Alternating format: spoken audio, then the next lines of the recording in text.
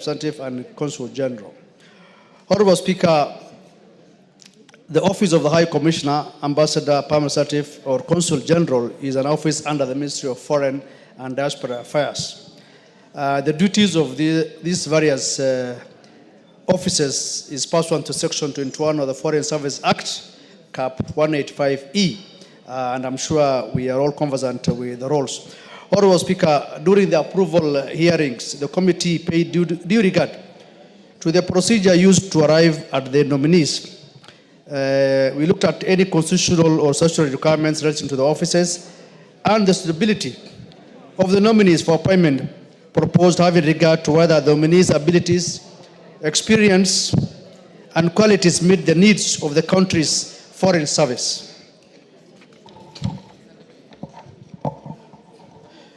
Honorable Speaker, upon the conclusion of the approval hearings, we scrutinized the personal, academic, and career background of the nominees, and we were fully convinced that the three nominees who presented their academic and professional credentials and made oral submissions during the approval hearings demonstrated their stability for appointment in accordance with the provisions of Section 6(7) of the Public Appointments Parliamentary Approvals Act, Cap 7F.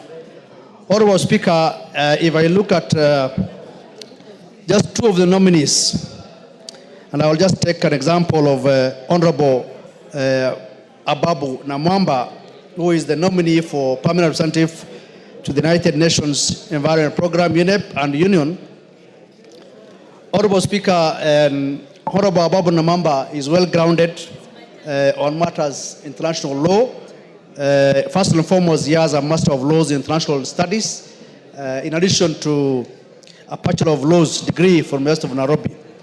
He also served as the Chief Administrative Secretary, CAS, in the Ministry of Foreign Affairs from 2018 to 2022, where he gained hands-on experience in international diplomacy and represented Kenya in key global forums, and therefore is able to serve well in this new role as the ambassador. Honorable Namwamba also previously served as a member of parliament, and I'm sure he has gained more in terms of parliamentary diplomacy. Another nominee, Honorable Speaker, is Mr. Nur Gabo, CBS, the nominee for Consul General to Port-au-Prince, Haiti. Honorable Speaker, Mr. Nur Gabo holds a Master's of Governance, Peace and Security, as well as a Bachelor of Arts in Criminology.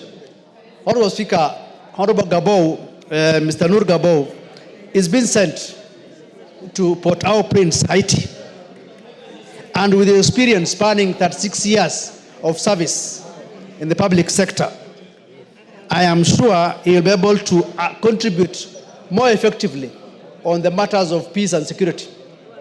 The mission in Haiti, as it is mainly a mission of peace and security diplomacy. Remember, we have our police force there. We are the lead mission on the ground, and therefore sending somebody like Nur Gabo to this mission to be the Consul General will add a good impetus and improve on the performance of our police force on the ground. Haiti is an example whereby there's been chaos. Gangs have taken up everywhere, the ports, the roads, the airports, and so forth. But with the presence of our police force and with the support of the United Nations and international community, and I'm sure that his presence as a Consul General will be able to add a lot of support to the mission. Honorable Gabo has served in the police service to the rank of Deputy Inspector General of Police. He has served for 36 years in total, and his main focus or expertise is peace and security. Remember, peace and security is a key aspect on matters diplomacy, because we have the peace and security diplomacy as a tool, and we will therefore be able to add a lot of impetus, a lot of support, a lot of experience that has gained over the years to the mission in Haiti. Honorable Speaker, Haiti as it is a place whereby we are taking the lead role, just like we did in South Sudan. Remember, we took the lead in South Sudan, and after the country has stabilized, we have had many opportunities for Kenyans in South Sudan. And therefore, for us to open a mission in Haiti and sending a consul general will ensure that in the near future, when the country will be peaceful, then we will see a situation whereby we will get the opportunities in that country, because we were the first country to take our police force there. We're now sending a seasoned security expert, now a diplomat, to the same area, and therefore we'll be able to react as a country in terms of taking our produce, taking our human resource to Haiti, and it's very, very critical. Honorable Speaker, as the chairman has alluded to, we have had a nominee, and this is the second time that a nominee that has been nominated to the position of Ghana has declined the posting. And that shows that at least what we have learned from this is that there was no due diligence that has been carried out by the officers concerned.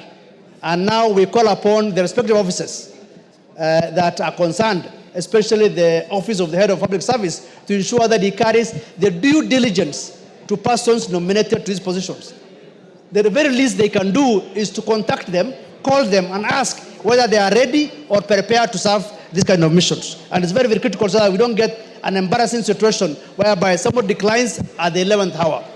Honorable Speaker, as I conclude on the matters of coming back to peace and security, on matters of Haiti, I want to take this opportunity equally, because we are in the global stage, we're in the global arena, and we are talking about Haiti, which is a security situation.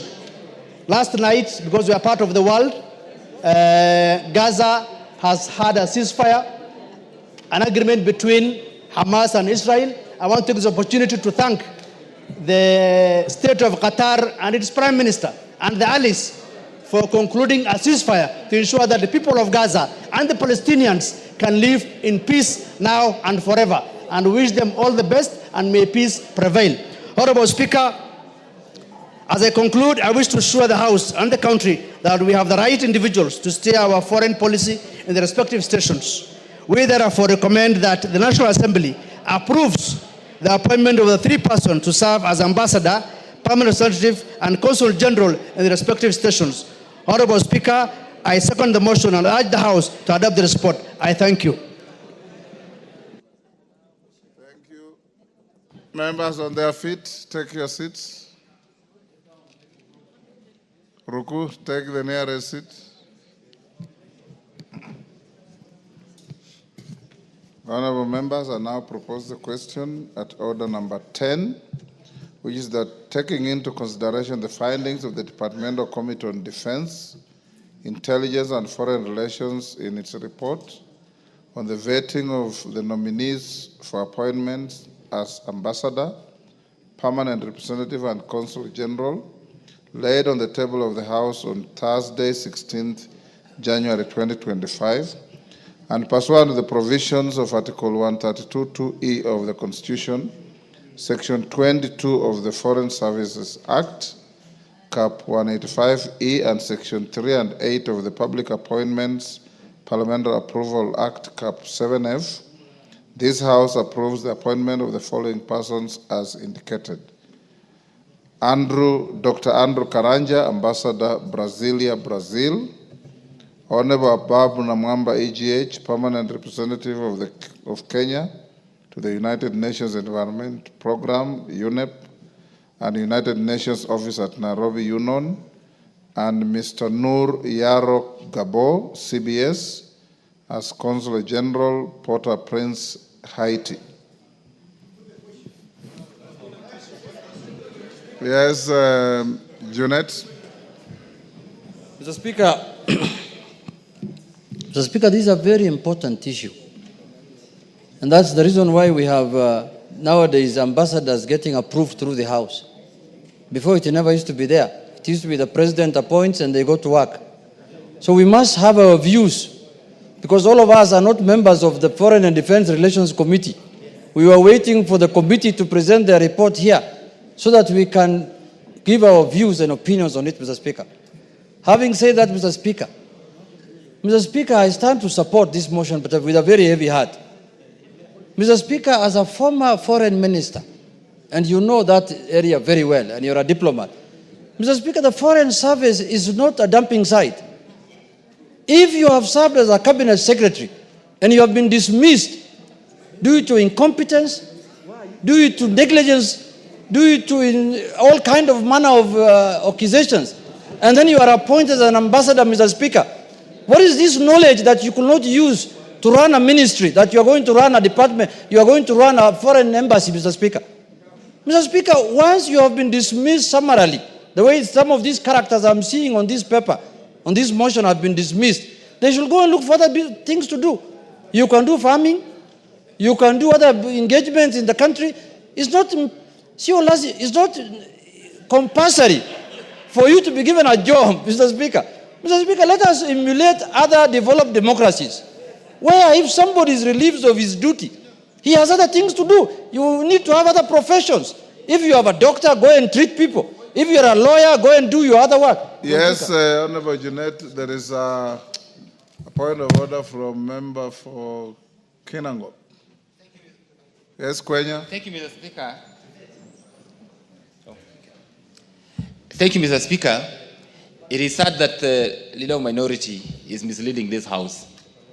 The cabinet secretary, the former cabinet secretary he's speaking about or talking about, was not actually fired because of incompetence, because the president did not state any reason, and it is unfair for the leader of minority to continue misleading this House.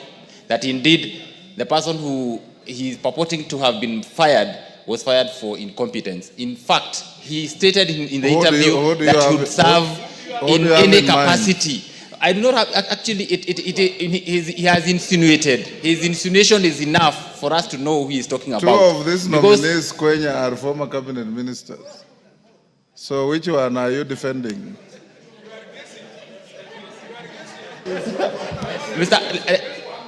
Mr. Speaker.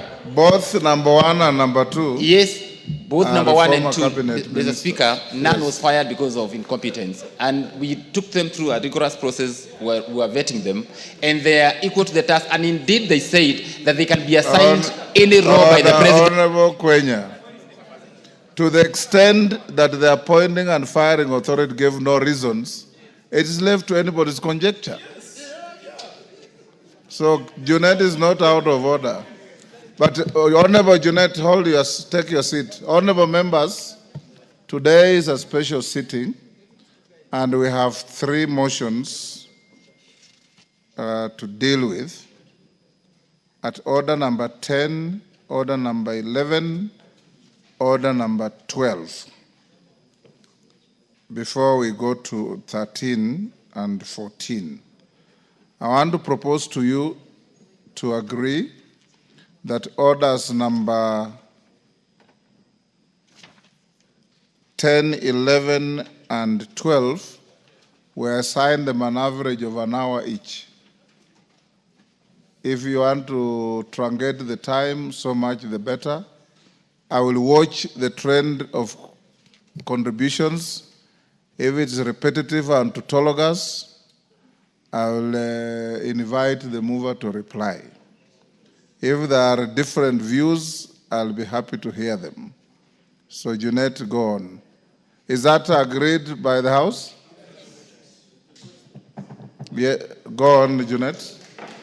Yes, Kainan? Pardon? You will contribute if you catch the Speaker's eye. Go on. Mr. Speaker, I am happy that you protected me from the wrath of Honorable Kwenya, because maybe one of the nominees is from his village who has been dismissed, Mr. Speaker, and now who's seeking a job through ambassadorial appointment. But Mr. Speaker, I think the House should look into this matter in the next appointment. Mr. Speaker, why should you be appointed, if you are a cabinet secretary and you are reassigned to become an ambassador, then that's fine. It is a matter of fact that you've been relieved of your duties, especially I'm sure the one Kwenya is alluding to is a cabinet secretary who served for barely 3 months. Why should you be relieved of your duties of barely 3 months if it's not out of incompetence? What else can it be? If it's on health ground, then you should not go to another job. You should go back and stay at home. Mr. Speaker, why am I saying so? Because I want competent Kenyans who are career diplomats to get space so they can serve this country at the level of the apex of ambassadorial work, Mr. Speaker, which is an ambassador, as has been said by the chairman of the committee himself, Mr. Speaker. Mr. Speaker, foreign service is a calling. It's a very important job, Mr. Speaker. It's not a job that can be done by anyone, Mr. Speaker. It is a job that requires certain skills, Mr. Speaker. And you have nurtured many people when you are the Minister for Foreign Affairs, Mr. Speaker. One of the things I admire about the Speaker is his diplomatic credentials, Mr. Speaker. I'm being honest. Because we have fought here many times, and you tell me even in our mother tongue, it's dodgy, it's dodgy, it's dodgy. Calm down, man, calm down. Mr. Speaker, it's dodgy, quote in quote. So, Mr. Speaker, this is a job that requires special skills. What skills is that you could not run a ministry that now you have acquired within the last 2 weeks so that you can go and deal with it in those foreign embassies, Mr. Speaker. So, Mr. Speaker, this process must be taken seriously. Secondly, and most importantly, when somebody is being given a job of ambassador, please, I'm asking the executive they should do a due diligence. You cannot give somebody a job, and when he's told to appear before the committee is when she says, no, I'm not interested in this job. There are many Kenyans who want that job. Surely. Why should you be guessing whether this person want the job or not? A former cabinet secretary was proposed to Parliament for vetting as an ambassador for which country? Ghana, Mr. Speaker. This is the second time people are declining to go to Ghana. Initially, a former member of Parliament declined. Now the former cabinet secretary again declined.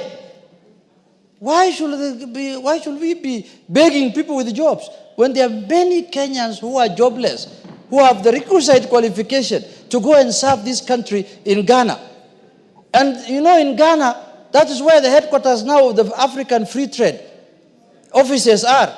We need a very important person there, not jokers who don't want jobs, Mr. Speaker. So, Mr. Speaker, if under this, maybe this now, you know, we are the ones now who are sending experts to government. So if there are no experts on this other side, let them tell us, we shall give them experts to go to Ghana, Mr. Speaker, under the broad-based arrangement, Mr. Speaker. We have experts who can go and work in Ghana. If you give me 10 minutes now, I'll produce one.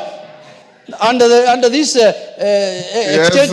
exchange program of experts. It's an exchange program under broad-based. David Speaker. Honorable Speaker, just on a point of information for Honorable Junette, I think it's important for you to find out first what the challenges were for Honorable Margaret Nyambura not to be able to take up the position.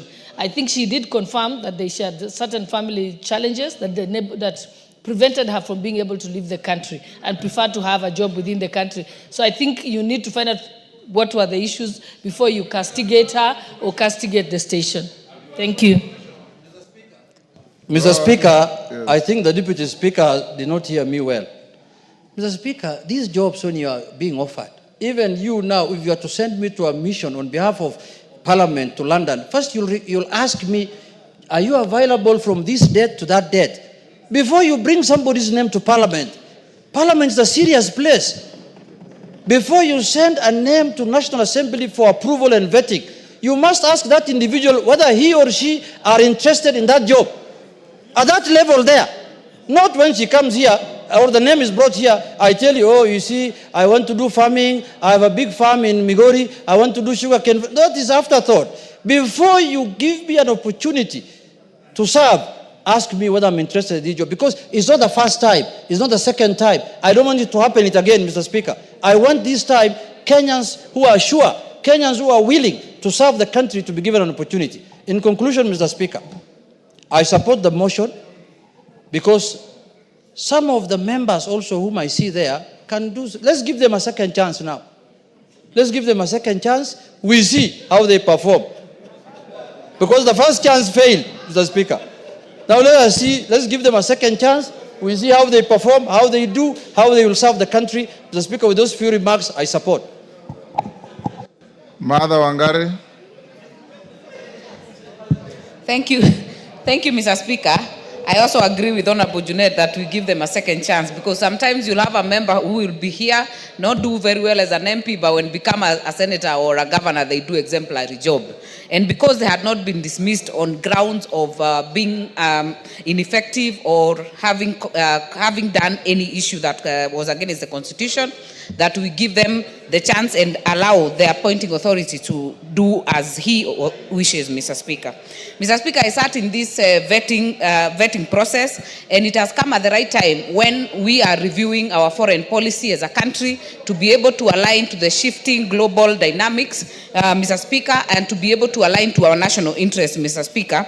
And that is why these appointments are very, very crucial. Mr. Speaker, the issue of Dr. Karanja, a very, very well-published and renowned academic, Mr. Speaker, has a very wide experience, Mr. Speaker, and it has also come at the right time when we are expecting to hold the Conference of Parties, or what you call COP30, in Belém, Brazil, this year in November, Mr. Speaker. So we are hoping that he will be able to help us also navigate as we send our team to be able to negotiate and make progress for our country.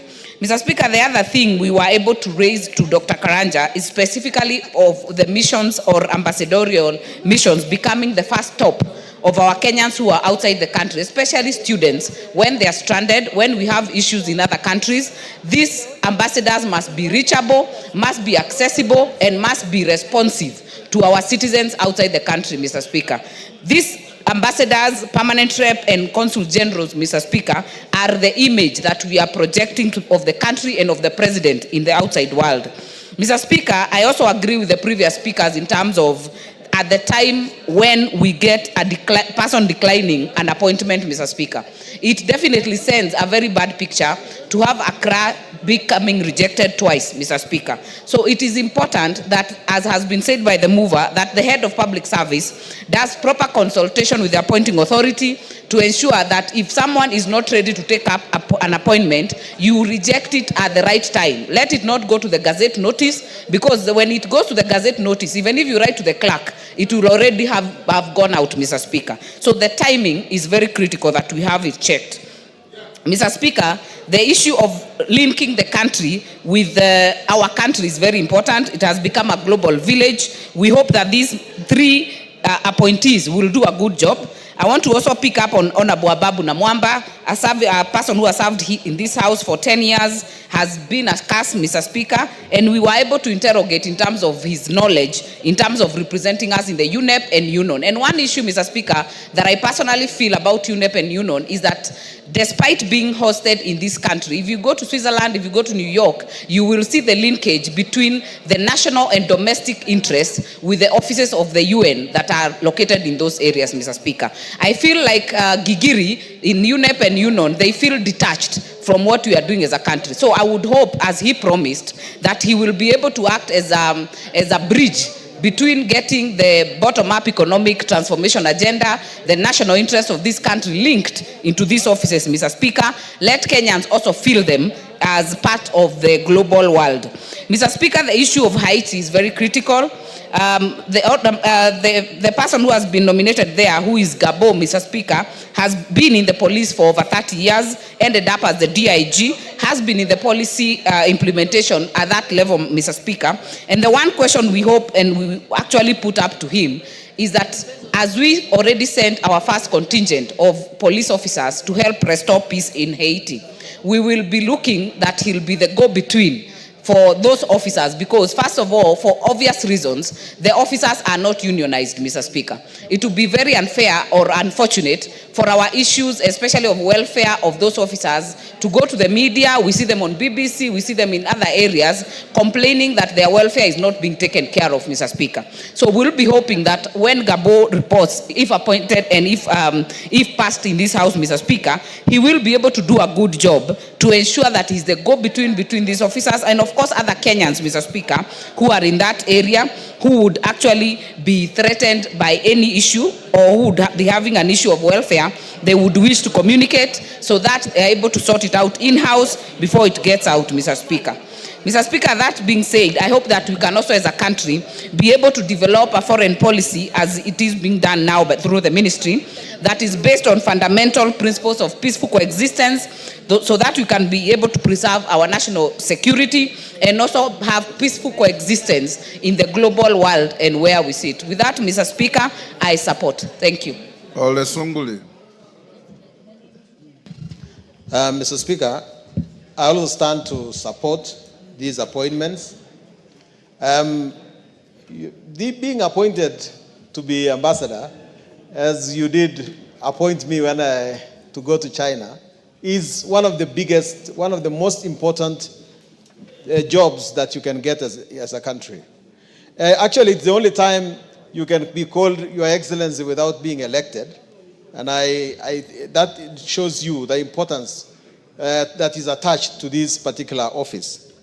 Mr. Speaker, I concur with the committee, except when I listen to the chairman of the committee describing, for instance, Dr. Andrew Karanja, and I listened to our friend Mother from Gilgil saying that he's well-educated. But the chairman says that we appointed him, notwithstanding the fact that he cannot communicate very well. Now, Mr. Chairman, Mr. Speaker, of course the duty of an ambassador is to communicate, to speak for the country. I find one thing that is being omitted all the time, that ambassadors are being vetted or appointed. It does not happen in Western countries. That you are appointed to a Portuguese-speaking country and you can't speak Portuguese. You are appointed to a French-speaking country and you can't speak French. Now, if Dr. Karanja does not communicate well in English, what do you think about him communicating well in Portuguese? I think we're like Honorable Juliet is saying. Order, Julius. There's a point of order from Wangari. Mr. Speaker, I don't remember anyone saying that Dr. Karanja cannot communicate effectively in English, because he's actually a graduate of a PhD holder, Mr. Speaker, and was very fluent and very well conversed with the English language. The only issue we had was the issue of speaking in Portuguese, and we've had others who have gone, including yourself, without speaking the local language. Yes, Junet. Mr. Speaker, of course. Hold on, Sunguli. Yes.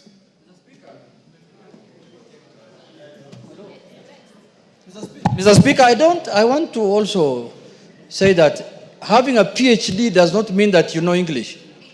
You can be having a PhD and you don't know English, because you saw the other day in Eldoret, there was a university that gave honorary degrees of PhDs and people were in goals. How do you know those people speak English? How can you confirm that those members speak English? But it's not. Order, members. Honorable Sunguli, I appointed you to China without you knowing any Chinese language. So, Mr. Speaker, that is why, with the benefit of the hindsight, I'm able to advise that it becomes a problem. But I took an immediate measure and learned Chinese. And Mr. Speaker, you can also attest that when you came to China, I was able to translate some Chinese to you. Yes, I'm just saying that in future, as we draft this policy, let us take that into consideration so that we can appoint people who are fit for purpose.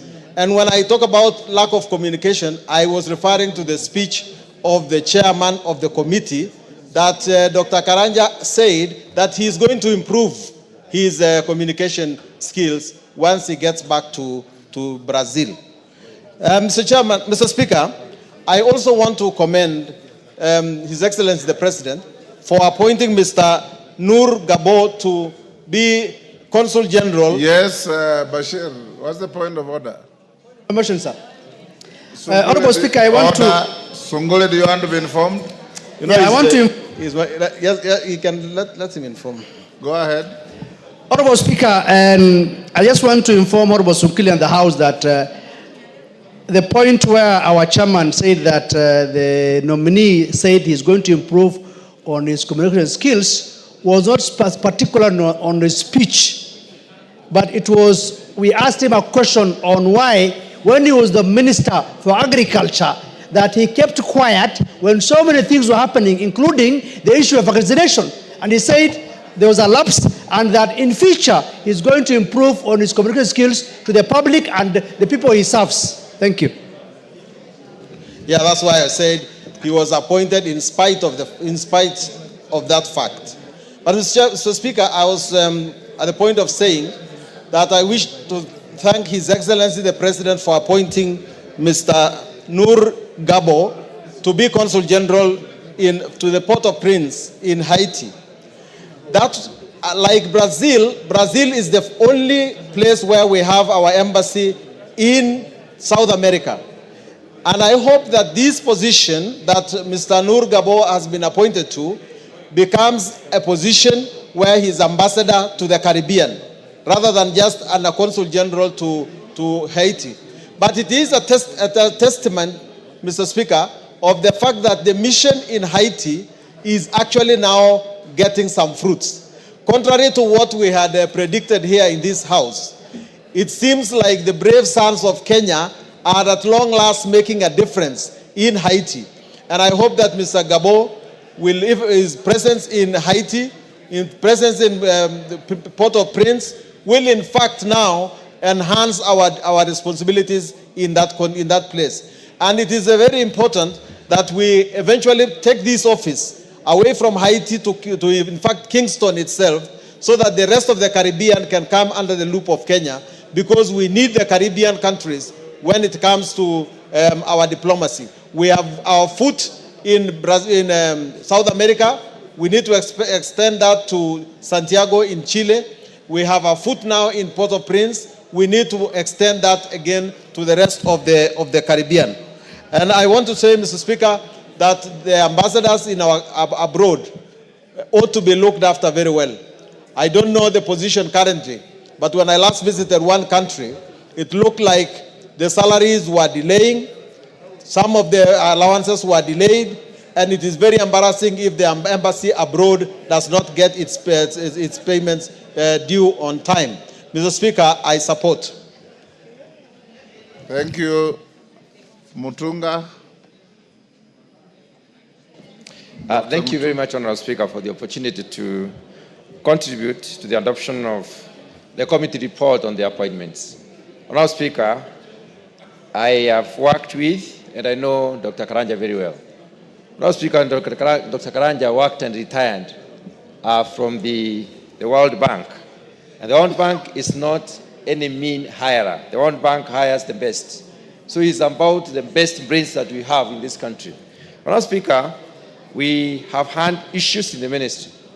And probably the question may have tilted this response. Yes, Kainan, what's the problem? I see an officer in mechanical gear. He's trying to fix. In the event I give you a chance to speak and it's not working, you'll get a portable mic. Go on, Mutunga. Yeah, Honourable Speaker, I'm saying that we've had a few issues in the sector, especially the issue on vaccination, which needed to be properly delivered to the Kenyans. It could have been anybody here and any basic speaker in this house or in this country. But Honourable Speaker, those are issues that are technical in nature and require the competent authority to respond. And the competent authority on this matter is the Director of Veterinary Services. So maybe we should be asking ourselves the extent to which the Director of Veterinary Services came out and gave out the issues, responding to the issues of vaccination. Honourable Speaker, I would like to thank the President for realizing it necessary to put Dr. Karanja specifically in Brazil. Honourable Speaker, Brazil is the hub of agriculture in the Southern American region, and it influences the entire world in terms of the agricultural products because they sell a lot to most parts of the world. In fact, they access more markets than we possibly could. They are much more advanced in research, in research on various types of products, and we can gain a lot in terms of opening up doors for Kenyans and opening up doors for technology transfer from Brazil to Kenya.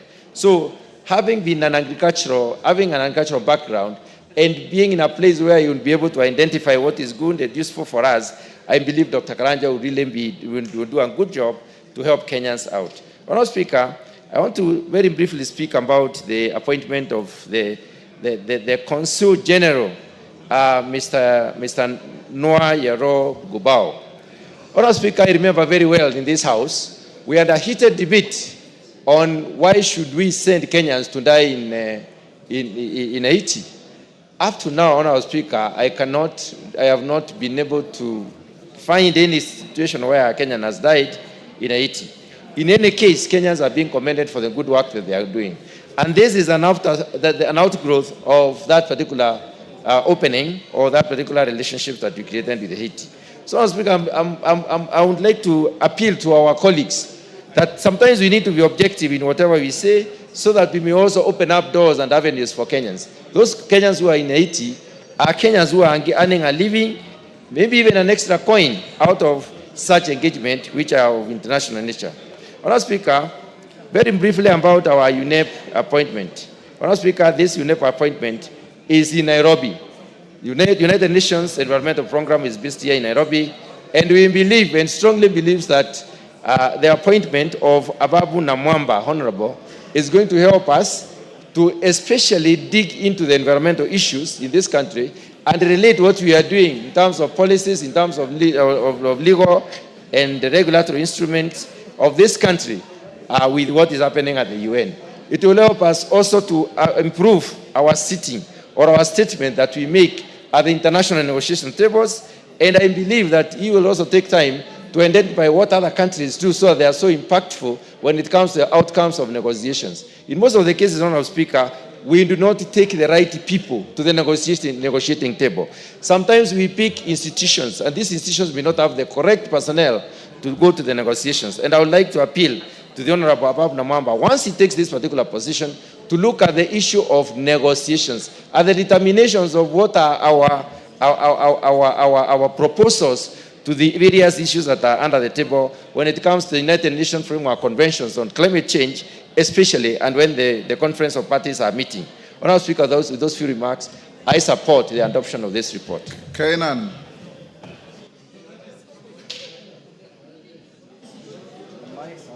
There's one behind you.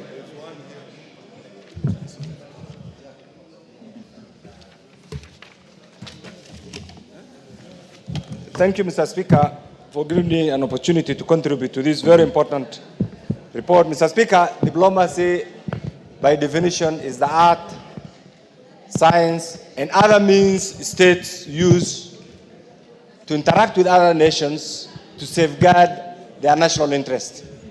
Mr. Speaker, that being the case, in the modern day diplomacy, Mr. Speaker, was born out of the Vienna Convention of 1961, which also provided the basis for diplomatic engagement as to promote, to project, and to protect the interests of that particular country.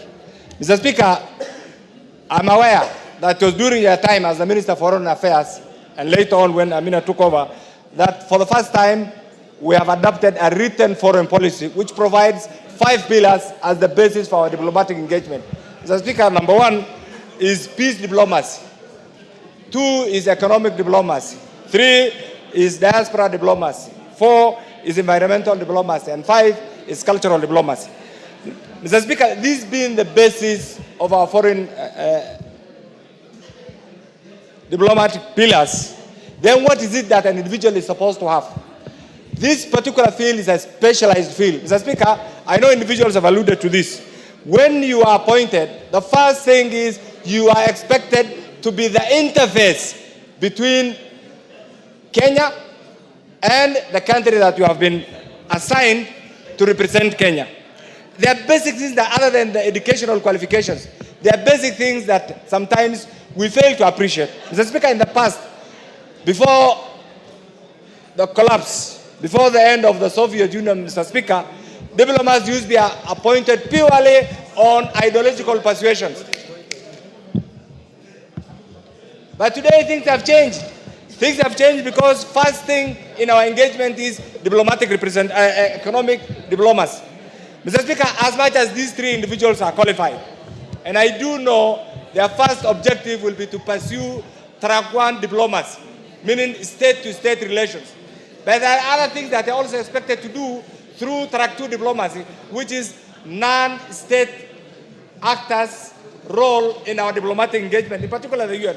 The Honorable Ababu Namwamba, as a former minister, as a former parliamentarian, I must say is one of the most qualified individuals to represent Kenya, Mr. Speaker. And Mr. Speaker, being appointed or being assigned to represent Kenya and the UN habitat, Mr. Speaker, this entity is the only one of its kind south of Sahara. But the role has been completely dispersed.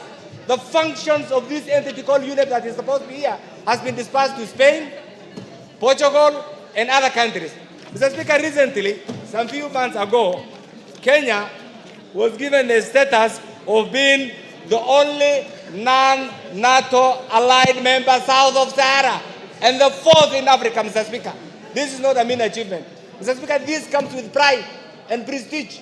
And therefore, the individuals who are appointed to this position, first of all, must be educationally qualified, must be individually spirited and ready to represent Kenya in all aspects, in all their international assignments. And therefore, the question is, Mr. Speaker, and this is why I agree with the chairman of Defense and Foreign Relations, before individuals are assigned or nominated to these positions, there must be some engagement so that the presidential appointments are very lucrative and very appointment, so that individuals don't turn down these offers at the last minute. And therefore, in future, and I agree with the chairman, before some of these individuals are nominated or assigned, they must have some informal interaction. And this is what the chairman actually has alluded to, Mr. Speaker. And this is the right thing to do, Mr. Speaker.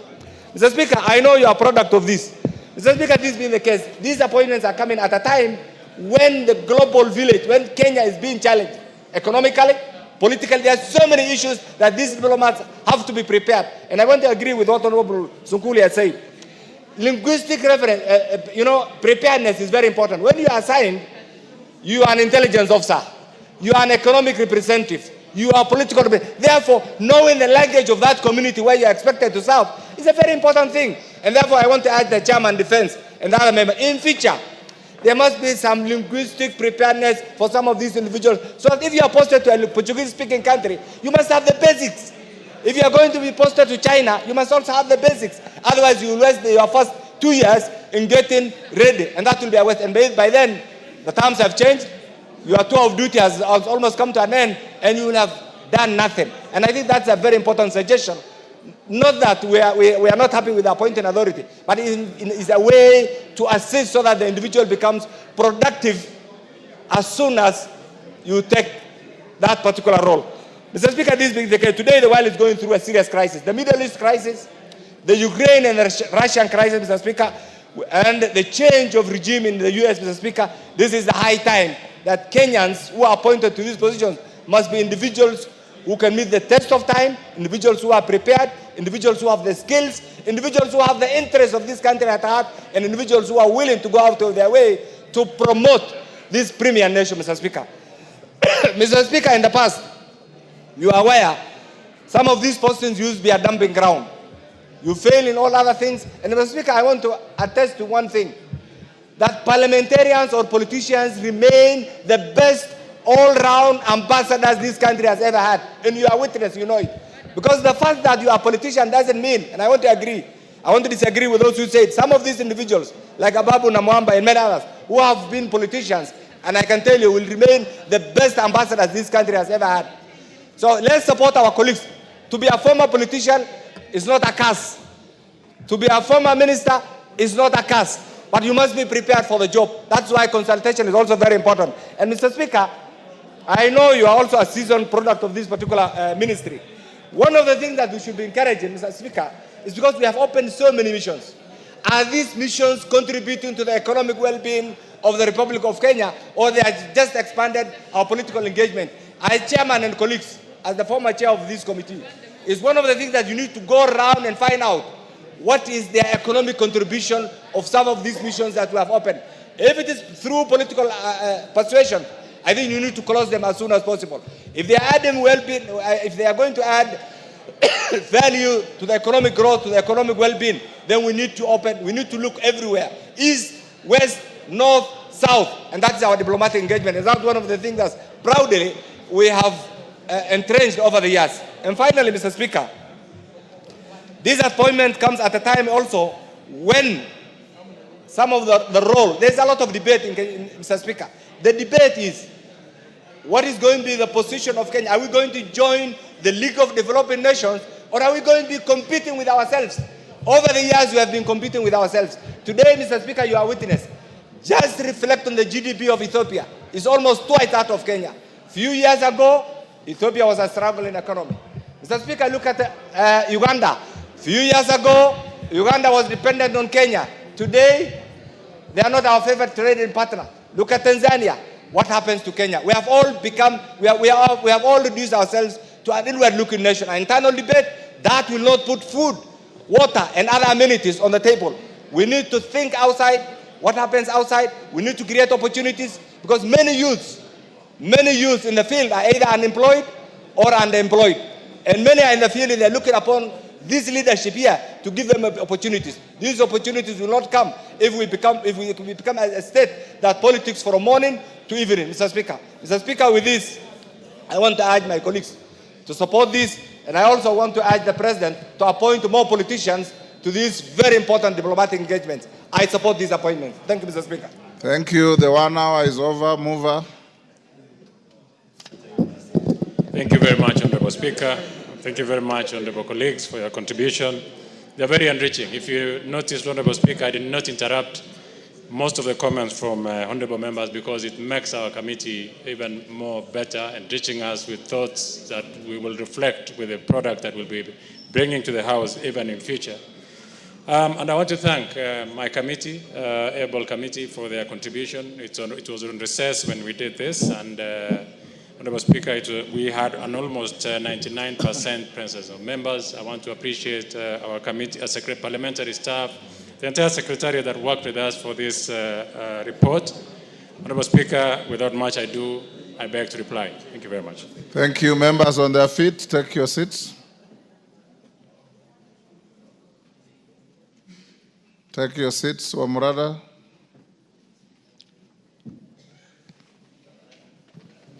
Honorable members, I now put the question at order number 10, which is that taking into consideration the findings of the Departmental Committee on Defense, Intelligence and Foreign Relations in its report on the vetting of the nominees for appointment as Ambassador, Permanent Representative and Consul General, laid on the table of the House on Thursday, 16th January 2025, and pursuant to the provisions of Article 132(2)(e) of the Constitution, Section 22 of the Foreign Services Act, Cap 185(e), and Sections 3 and 8 of the Public Appointments Parliamentary Approval Act, Cap 7F, this House approves the appointment of the following persons as indicated: Dr. Andrew Karanja, Ambassador, Brasilia, Brazil; Honorable Abab Namwamba, EGH, Permanent Representative of Kenya to the United Nations Environmental Program,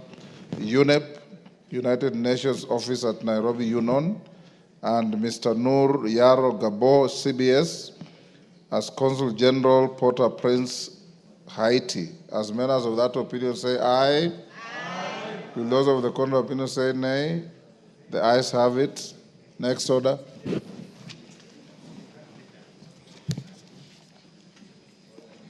Order number 11, special motion, consideration of nominees for appointment to the Public Service Commission. Karemba.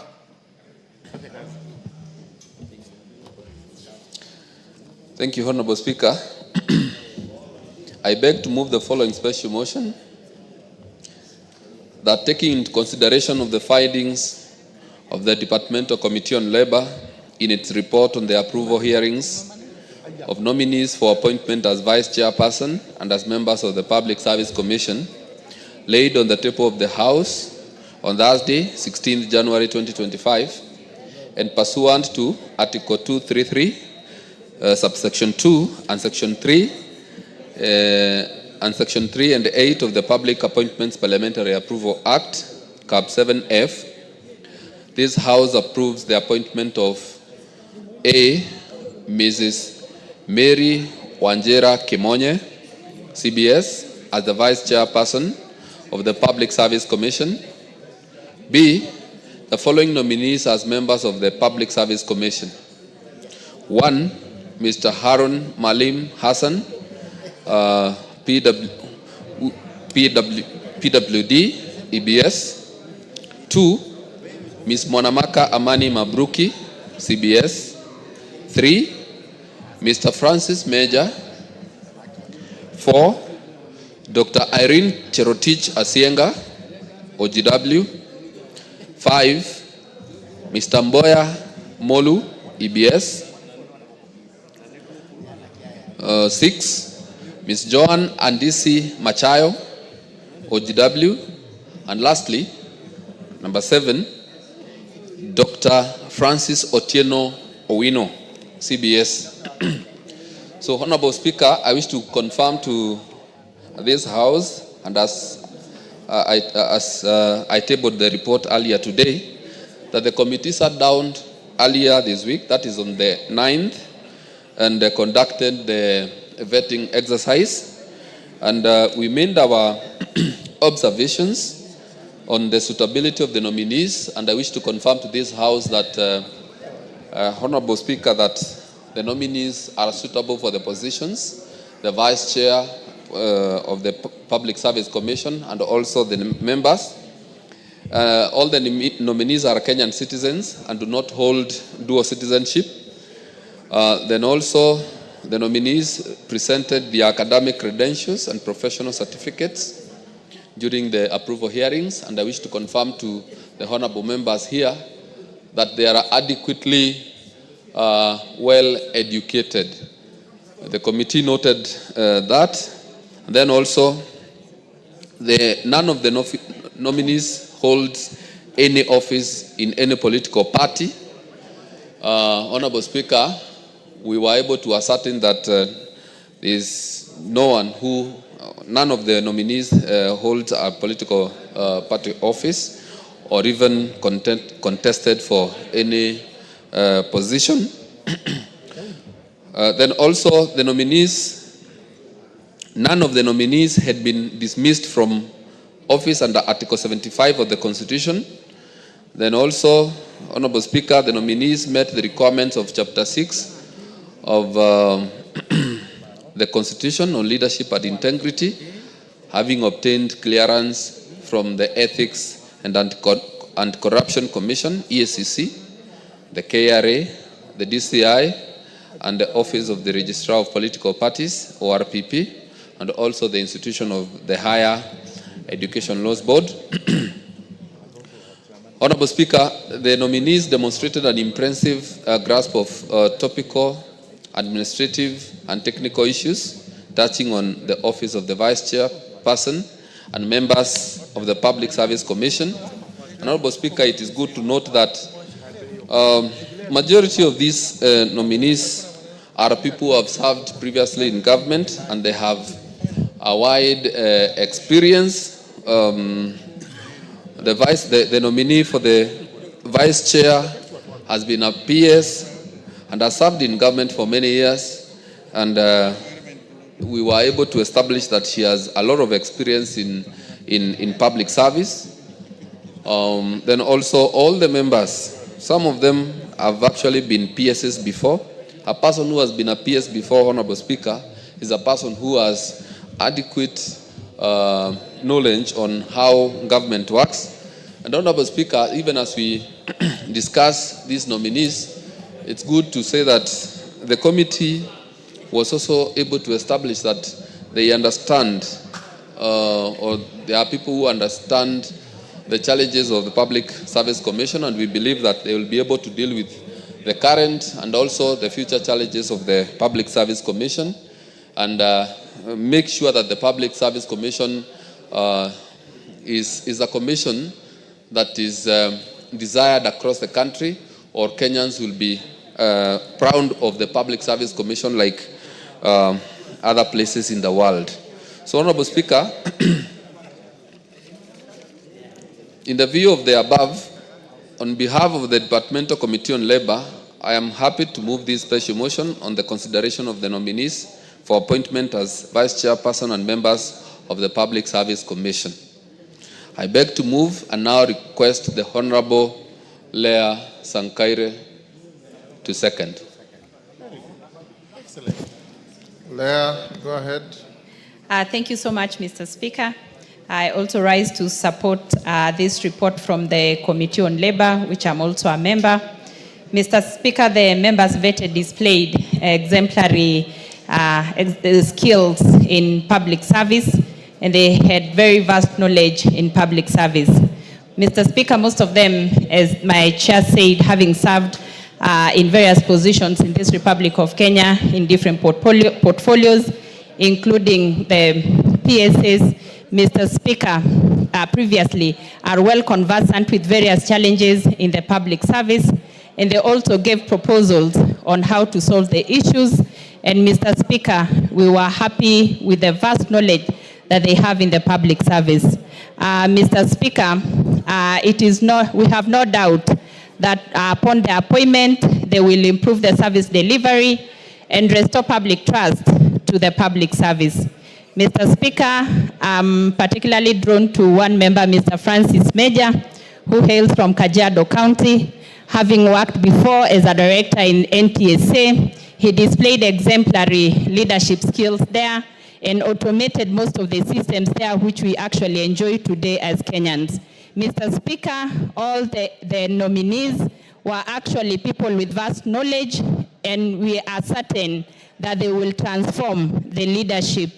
They will transform the service delivery in public service. Mr. Speaker, with this, I beg to support the report, and thank you, Mr. Speaker. Members on their feet, take your seats.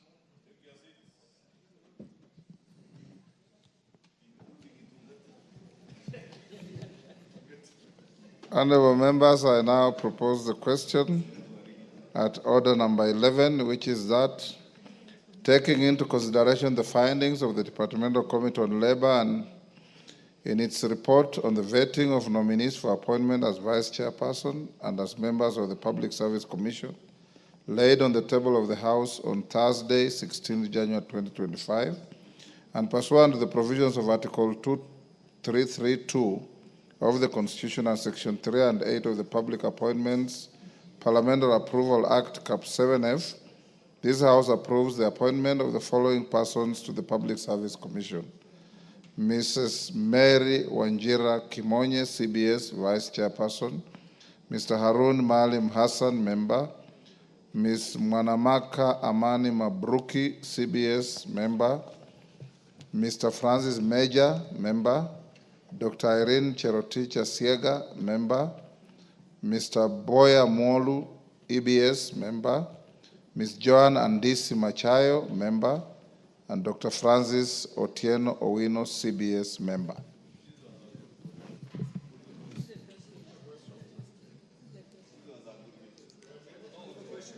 Is it the mood that we put the question?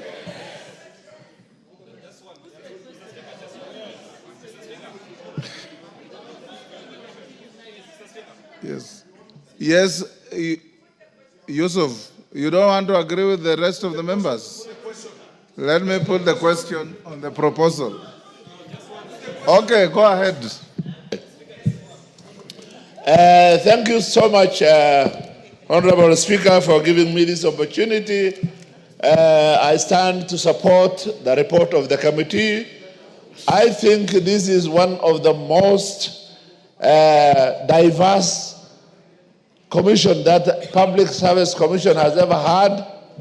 From the national cohesion and equal opportunity point of view, you see someone from Northeastern, my constituency, is the first time in the history of Kenya represented in this commission.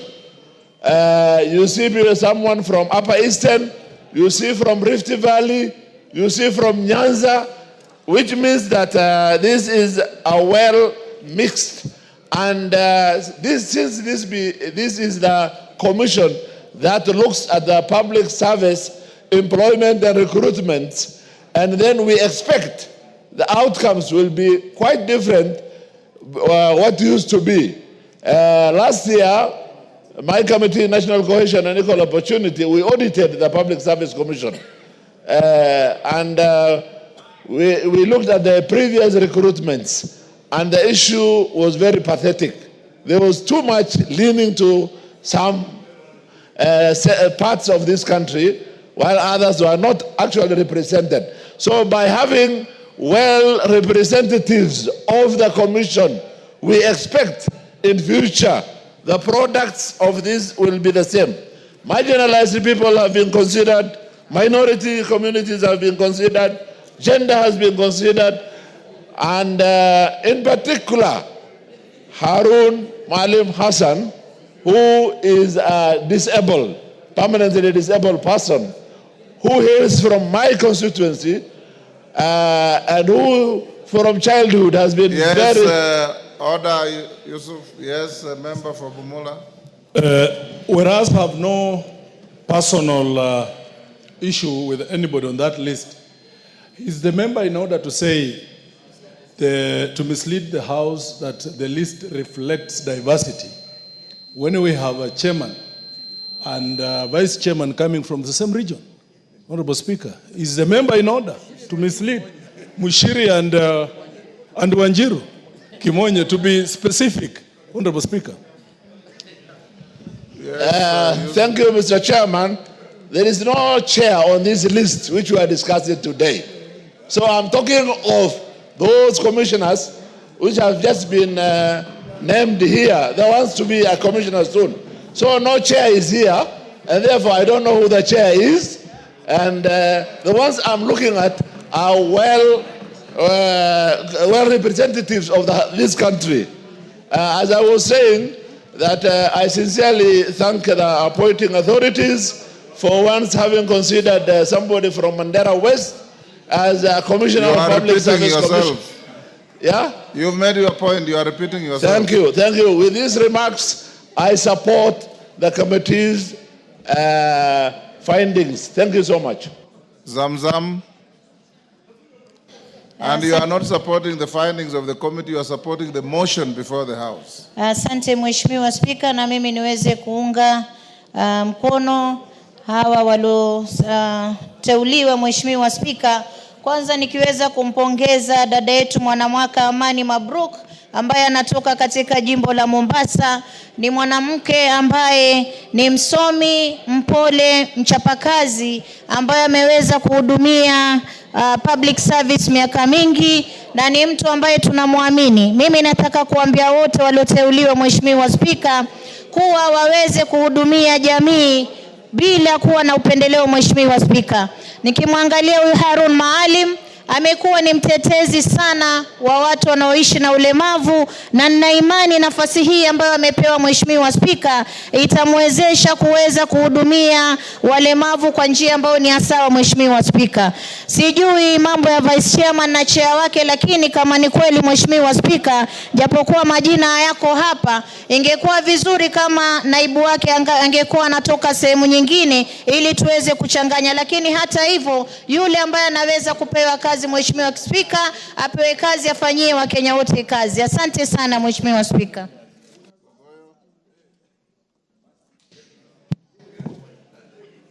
Thank you, Mr. Speaker. I want to be very brief and I rise to support the motion. And Mr. Speaker, the executive errors in many times by bringing bad appointees. In this case, regional diversity can be seen. I want to single out the Honorable Mr. Francis Major, who hails from Kajiado, former Registrar of Motor Vehicle, former CEO and MD for National Transport Safety Authority, a gentleman who has served very well. And I think for the Honorable Ichongwa and the Honorable Soro, now on this one, I think you can sing the song Kasongo. It now sails better in this one. With those many remarks, I wish to support the motion before the floor, and you can sing Kasongo Nebali Nangai. What's the relevance? Yes. Honorable Speaker, I rise to seek clarity from the Honorable Gogoyo on the relevance of the song Kasongo in regard to the appointment and the motion that is before the House, Honorable Speaker. He's out of order as being cheeky and irrelevant. Go on, Makale Mulu. Yeah, thank you very much, Honorable Speaker. Honorable Speaker, let me also join my colleagues and support this motion. But as I support this motion, Honorable Speaker, just want to make about 3 observations. The first one, Honorable Speaker, is that the public service in this country is facing quite a number of challenges. And I wish that this new commission will be able to address those challenges, and more so, the challenge of succession. We have a situation where we have a very elderly people and we have very young people, but in between, Honorable Speaker, there is a gap. This matter has been discussed for quite some time, and I think really as a country, we need to make sure that this one, we get it right for purposes of effective public service. The second matter, Honorable Speaker, is a matter which I raised the other time we were discussing the two commissions, IPOA and the other commission. Honorable Speaker, as a House, our work is oversight. And I see some of our colleagues getting very excited when they see people coming from their regions being in the list. But I think as House, Honorable Speaker, it is important that we look at the totality of these commissions. I don't know how that can be done, because I don't know whether at the point of the committee level, we ask ourselves, who else is in which committee or in which commission? So how I wish, Honorable Speaker, as a House, we could be able to get the listing of the constitutional commissions and who is currently sitting in those commissions. That will help this country in terms of ensuring that there's regional balancing. Because I think our members raised a very important point of order, Honorable Speaker. In a situation where you have a commission, a high-ranking commission like Public Service Commission, which is almost equivalent like the one you chair, Honorable Speaker, the Parliamentary Service Commission, and you have a chair and a vice chair coming from the same region, Honorable Speaker, I don't think Kenya is short of professionals who can sit on these some things. So the issue of balancing and also for effective management, so that Kenyans don't appear like some sections have been left out and others are in, Honorable Speaker. I think as a House we need to start paying a bit of attention to these details because it will help the process. The last point, Honorable Speaker, is the Public Service Commission is also, I think it's supposed to be taking care of capacity building. Honorable Speaker, a number of these senior public servants, I think as a House we need to think about supporting them with a budget to build their capacity building. Some of them have been in employment for so long, they never get a chance to be trained to upgrade their skills.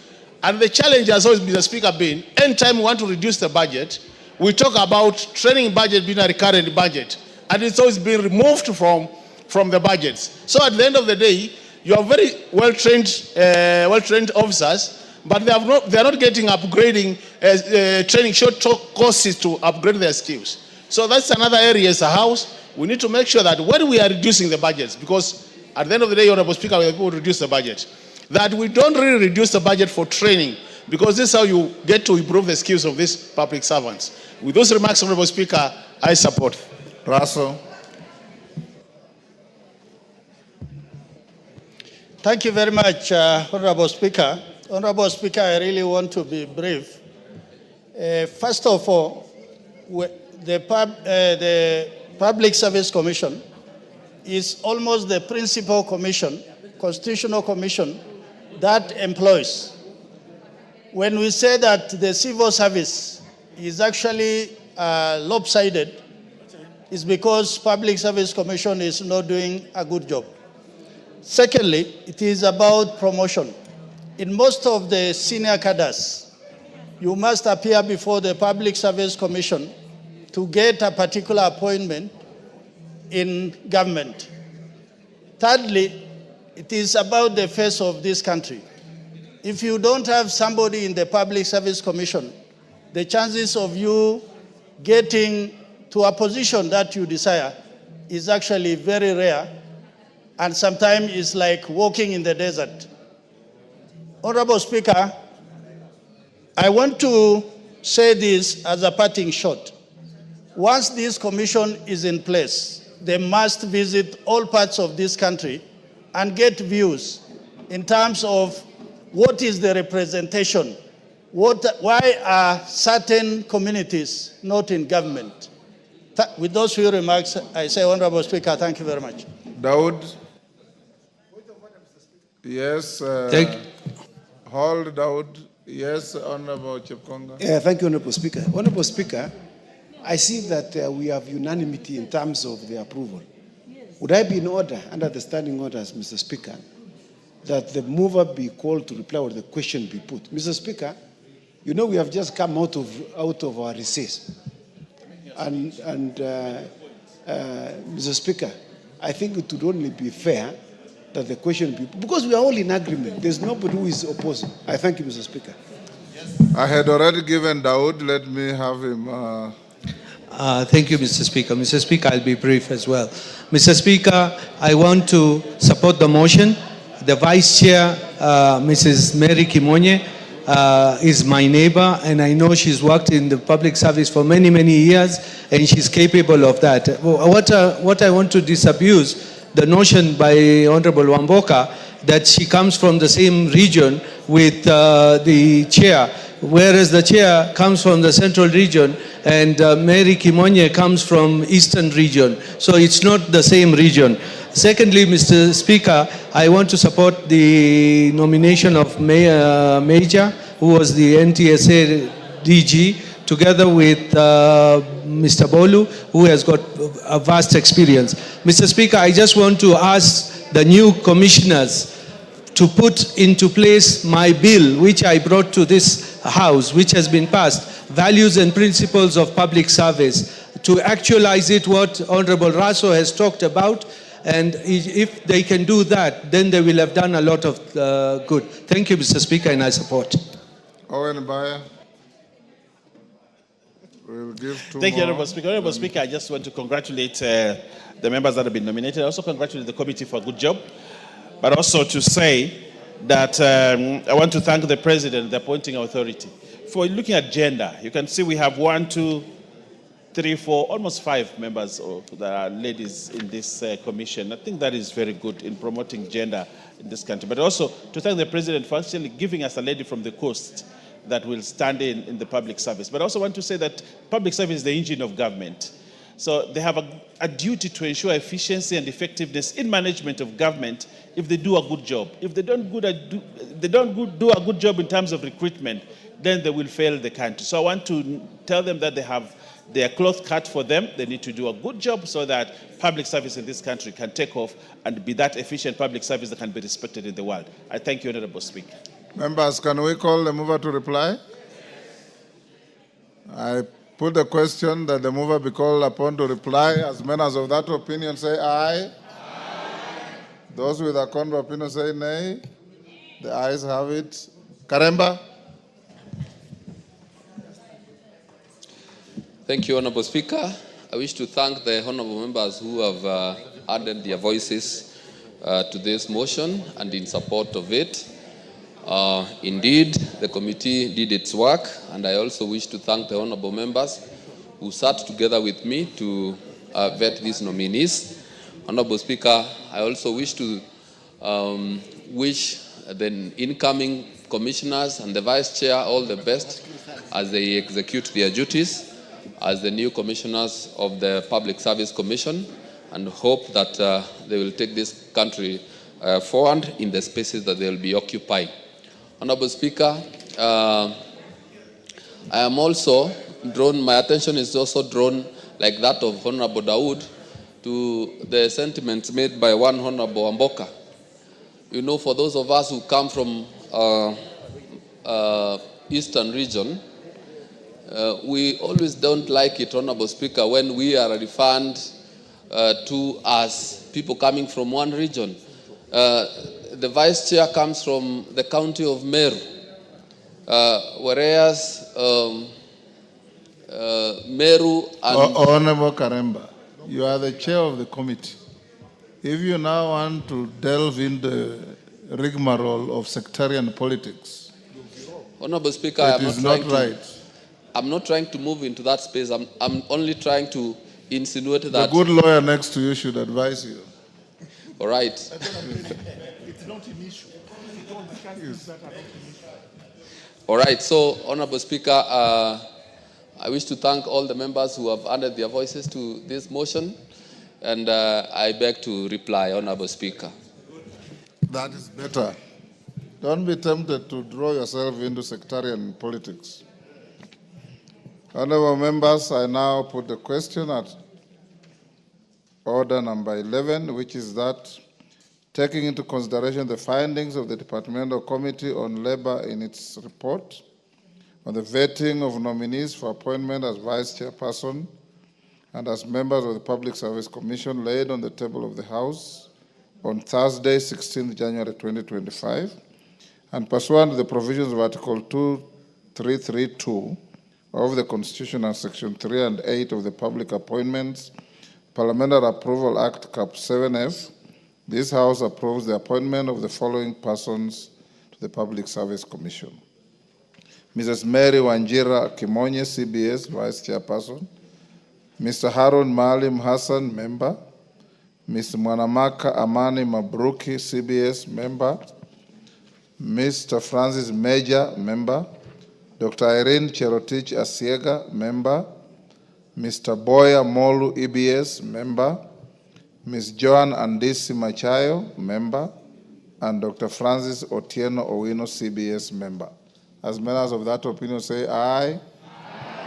Order, Whip, and Bashir. You cannot be engaging on the floor when the speaker was on his feet. If you stood there and froze, it would have been, but you are chatting away with the good lady from Aldai. Yes, you must maintain studious silence. As members of that opinion say aye. Aye. Will those of the contrary opinion say nay? Nay. The ayes have it. Dr. Nyikal, can you check what Honorable Kajwang has been consuming for lunch? Next order. Order number 12, special motion, consideration of nominees for appointment as cabinet secretaries. Majority Leader.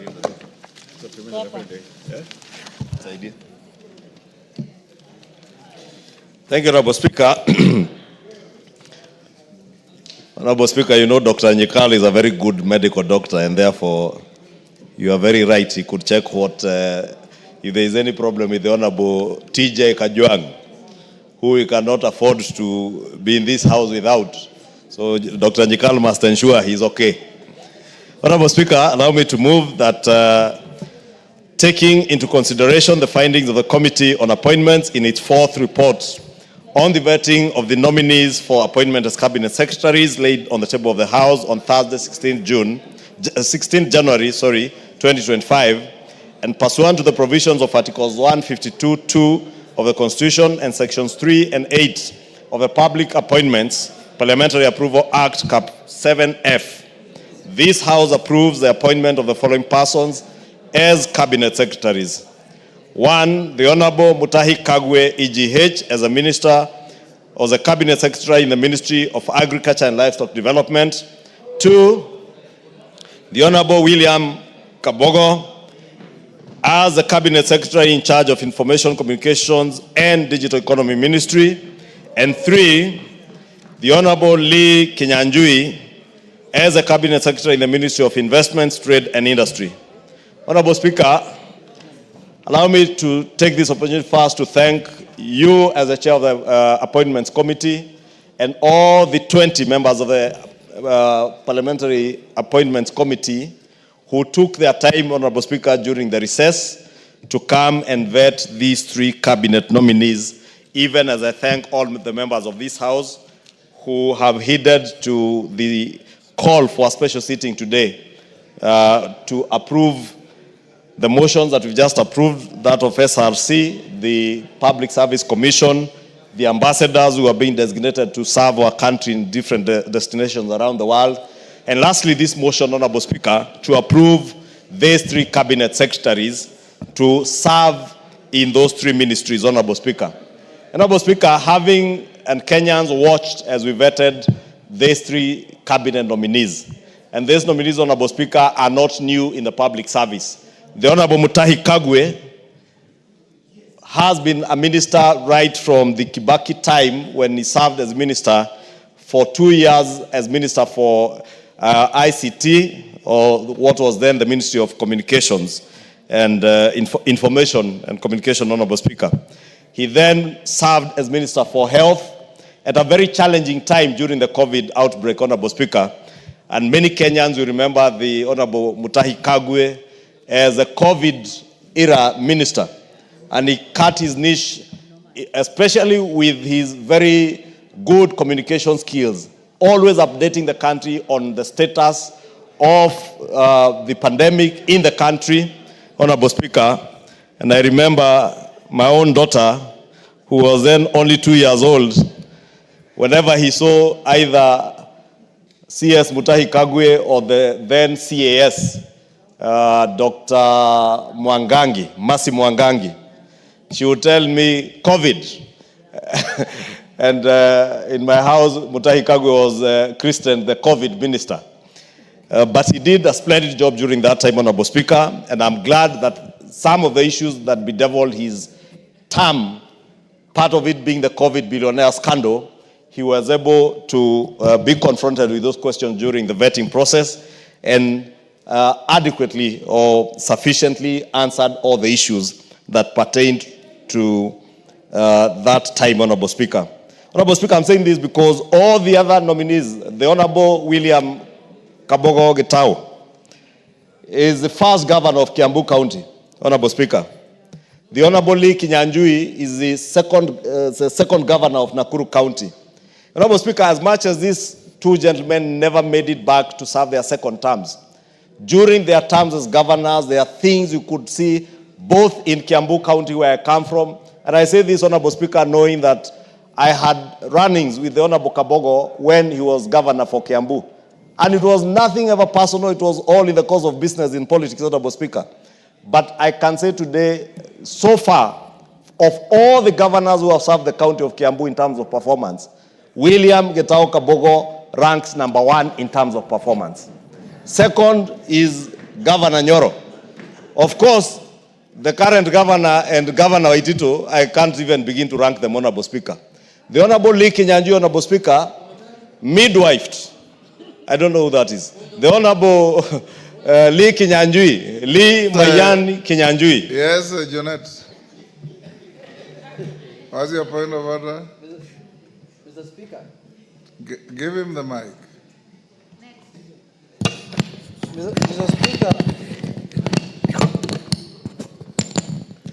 Mr. Speaker, is it in order for the majority leader to become a pollster and say that, to mislead the House that Governor Kabogo was the best, when he knows that there is a sitting governor here in the county now who's serving the county called Governor Wamatangi? And when I asked him about him, he told me, I don't know that one. Mr. Speaker, when did that change? And has Mr. Wamatangi left being the governor of Kiambu, Mr. Speaker? Mr. Speaker, let's be fair. Mr. Kabogo might have done a good job, but Mr. Wamatangi, can you tell us something about Mr. Wamatangi? Honorable Speaker, I hear my leader of minority, and Honorable Speaker, you know, I am speaking about the nominees in this list, and there are two governors, Governor Kabogo and Governor Lee Mayani Kinyanjui. And therefore, I also said, having knowledge and being a constituent in Kiambu County, I am capable of ranking, not as a pollster, the performance in terms of output and actual performance on delivery of services to the people of Kiambu County. And Governor Getao Kabogo William ranks #1 so far. Governor Wamatangi has time. He's the current governor. He is now competing with Governor Waitito in terms of who will perform better. But so far, Governor Kabogo and Governor Nyoro have done exceptionally well. Honorable Speaker, and you can ask anybody from Kiambu County, they will vindicate me. I'll stand vindicated by the people of Kiambu.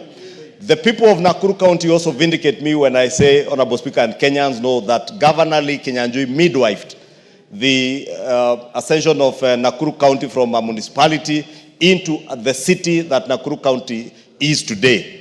And these are not people, as I said, Honorable Speaker, who are new to public service. They are seasoned politicians, seasoned public officers, and I want to pray and hope that when they take over their offices, whether it is Mutahi Kagwe in the Ministry of Agriculture, whether it is Lee Kinyanjui in the Ministry of Trade and Industry, whether it is Getao Kabogo in the Ministry of ICT, Honorable Speaker, that they will serve all the people of this country with the dedication and commitment that we have seen them serve in the various other capacities that they have served the nation in. Honorable Speaker. Honorable Speaker, there are challenges both in ICT, Honorable Speaker, with the rollout of the fiber optic cable and ensuring what the Honorable Pukose said during the vetting process to ensure that the far-flung corners and districts of our country are also connected to the internet, Honorable Speaker. And Governor Kabogo, or now CS nominee Kabogo, if approved by this House, has that challenge to ensure that every corner of this country, Honorable Speaker, has internet accessibility. Not just to ensure that people are getting government services through e-Citizen, Honorable Speaker, but also to ensure that Kenyans who are telling that you can finya computer upate $1 can able to work online from any corner of this country. You do not need to be in an urban area to be able to access internet services, Honorable Speaker, but even those in Elwak, those in Karachuonyo, those in far-flung corners of Turkana County, Honorable Speaker, can also be able to access internet services. And I am happy during the vetting process, Governor Kabogo was able to articulate that in those far-flung areas where they cannot be able to get accessibility through the fiber optic cable, he will explore new technology like the Starlink technology that is there to ensure that people are able to access internet connectivity and jobs, Honorable Speaker, and also create some sanity within the digital space, Honorable Speaker. Honorable Mutahi Kagwe has his work cut out, Honorable Speaker, and I'm happy that during the vetting process he was able to very well articulate the challenges that bedevil our agricultural sector, the connectivity between productivity in the agricultural sector, access to markets, and making agriculture profitable to farmers. And Honorable Speaker, I am glad that he was able to articulate how he will work and be able to make agriculture profitable, ensure that our country is food secure, and ensure that our farmers access markets, not just for their tea, coffee, milk, pyrethrum, even potato farmers or sugarcane farmers, Honorable Speaker, that are able to access markets and access good prices for their produce, Honorable Speaker.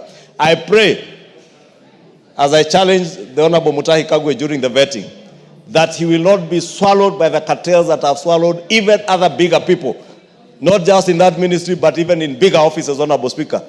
You know there are people who are given the responsibility in this country to midwife the access to markets for our coffee farmers and our tea farmers.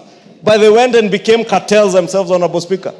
We have had tales, Honorable Speaker, in this country, where somebody was demanding 3 shillings per kilogram of coffee being exported or being sold out of this country.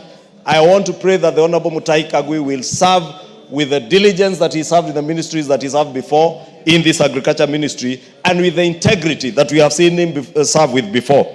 The Honorable Lee Kenyanjui, my good friend from Nakuru County, as I said, did well in Nakuru County, but now he has his work cut out for him.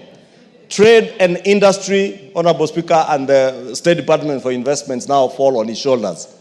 And he has rather broad shoulders, and I want to believe that those shoulders of Lee Kenyanjui will be able to carry this ministry to the next level where it ought to be. Honorable Speaker, it is shameful that 20 years ago, or even less than 20 years ago, our country was leading in terms of our percentage of manufacturing as a percentage of our GDP.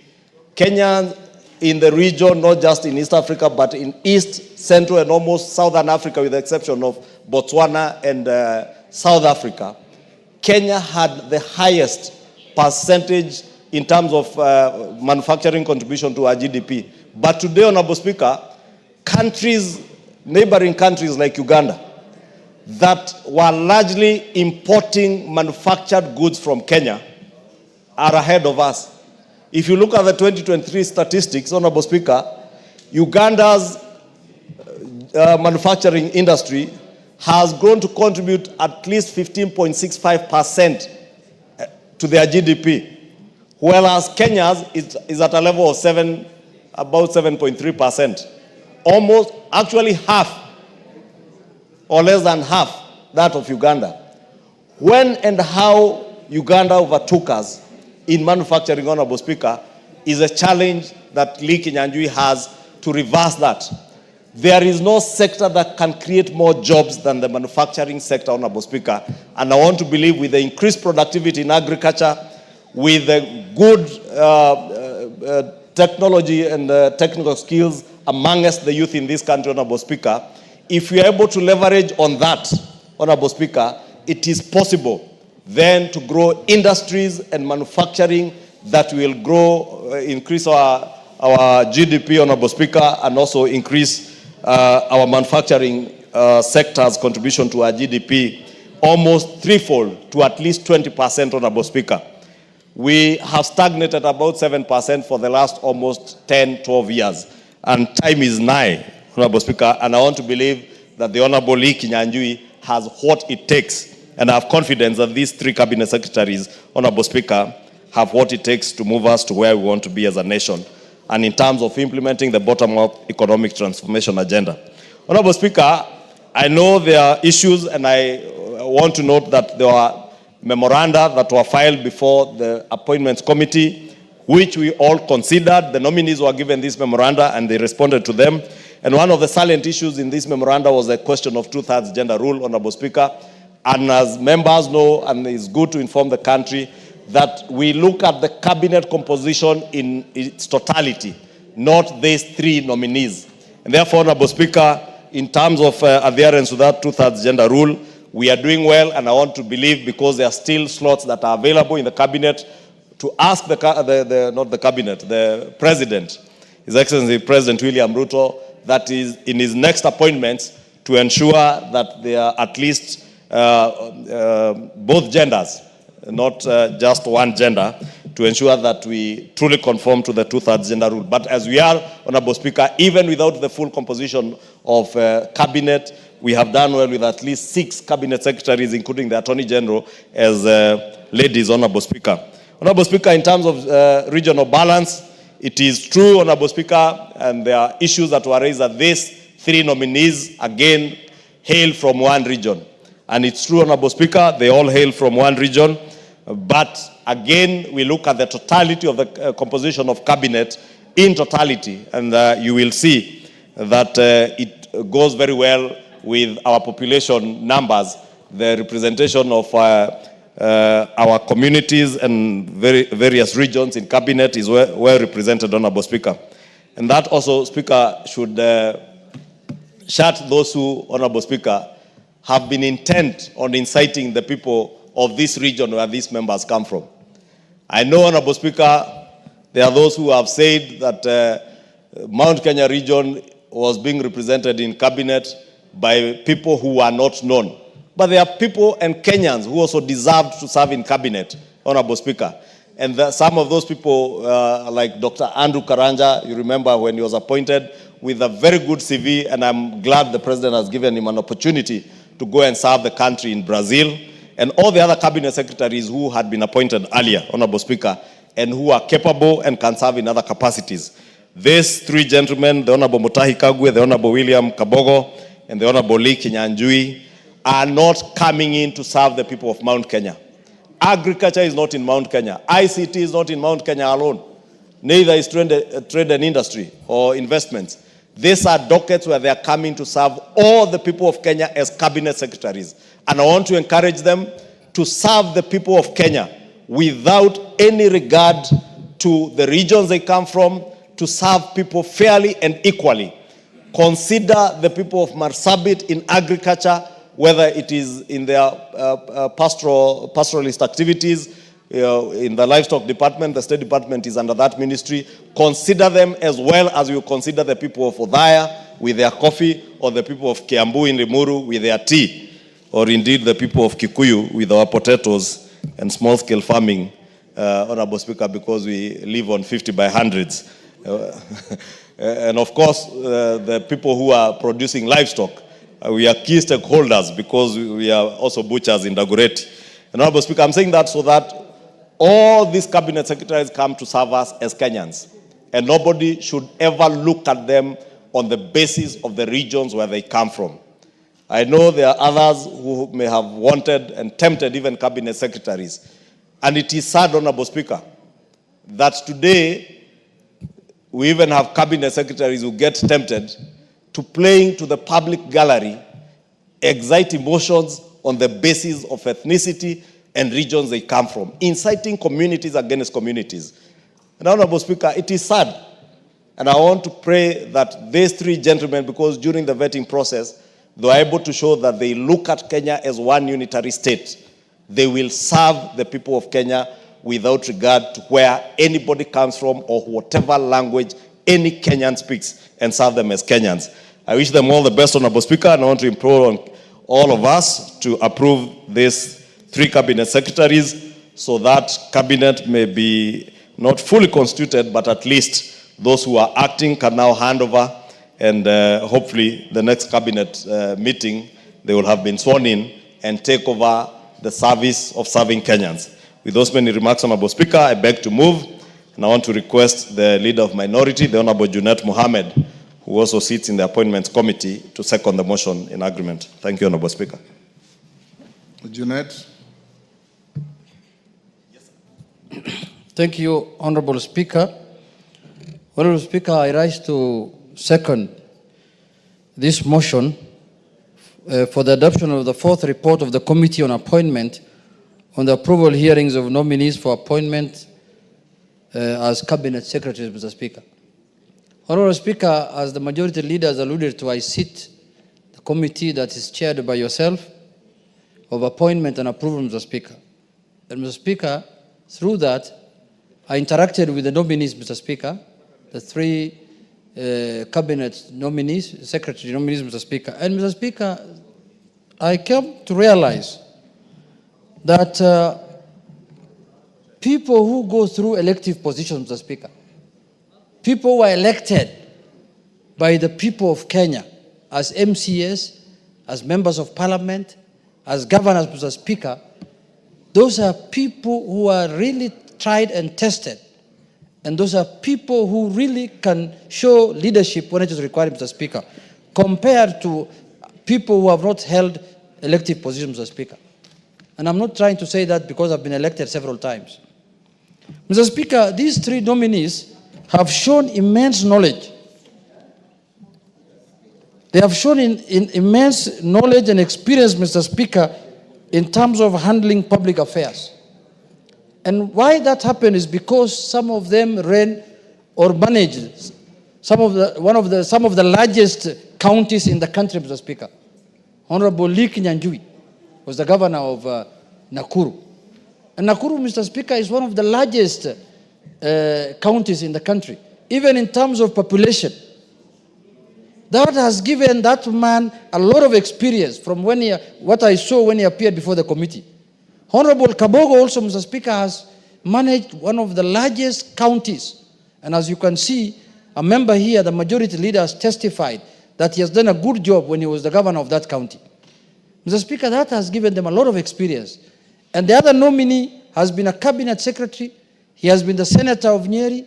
He has been a cabinet secretary at a very difficult time when this country had a pandemic, the coronavirus, Mr. Speaker, and he handled it very well. And the country saved, through that, a lot of lives were saved, Mr. Speaker. So, Mr. Speaker, that public service has impacted a lot of knowledge and experience on these three gentlemen, Mr. Speaker. I don't think they could have been better people to serve in these ministries than those people, Mr. Speaker. Mr. Speaker, you see, public service, Mr. Speaker, is a calling, and I've said that many times. And you should be able to do it so long as you've been given an opportunity, Majority Leader. But when you feel a time has come, and you feel that the executive that you are part of, and you feel that the president that you are serving, and the government that you are serving, is not incompatible, the policies or your belief at the moment, at this point in time, is not compatible with the government you are serving, the best thing to do, Mr. Speaker, is to resign. Don't bring commotions. Don't bring unnecessary fights within the government. Be a man enough and say, this is enough now. I don't think, the way you've said, I don't think what is happening now is not what I came to do. For that reason, I want to leave. It's only in African societies or in African democracies where somebody disagrees with the policies, disagrees with what's happening in a government, and he still wants to stay there. To do what? Somebody told me, an African man, if you give him the keys to the washrooms and tell him, can you use it and bring it back to me, he will put it in his pocket and tell you, no, you tell me when you need it is when I'll give you back. Mr. Speaker, only in African societies. Wamumbi, can you give us time? I want the majority leader to listen to what I'm saying. So if you no longer believe in what the government is doing and you're a cabinet secretary, just resign. You are not welded there like chuma, like an iron. You are not welded in government. Just leave. You know, the other time when we were impeaching the deputy president, somebody told me that he was asked, why can't you resign now that members of parliament have lost faith in you? A pastor in his home told him that you have been put there by God. You must remain there until you are removed by God. Now God spoke through angels to the members of parliament and they removed him. And God's work happened in this parliament, Mr. Speaker. Somebody told him that you are put there by God. Only God can remove you. Pana. God can remove you in many ways. Impeachment comes from God.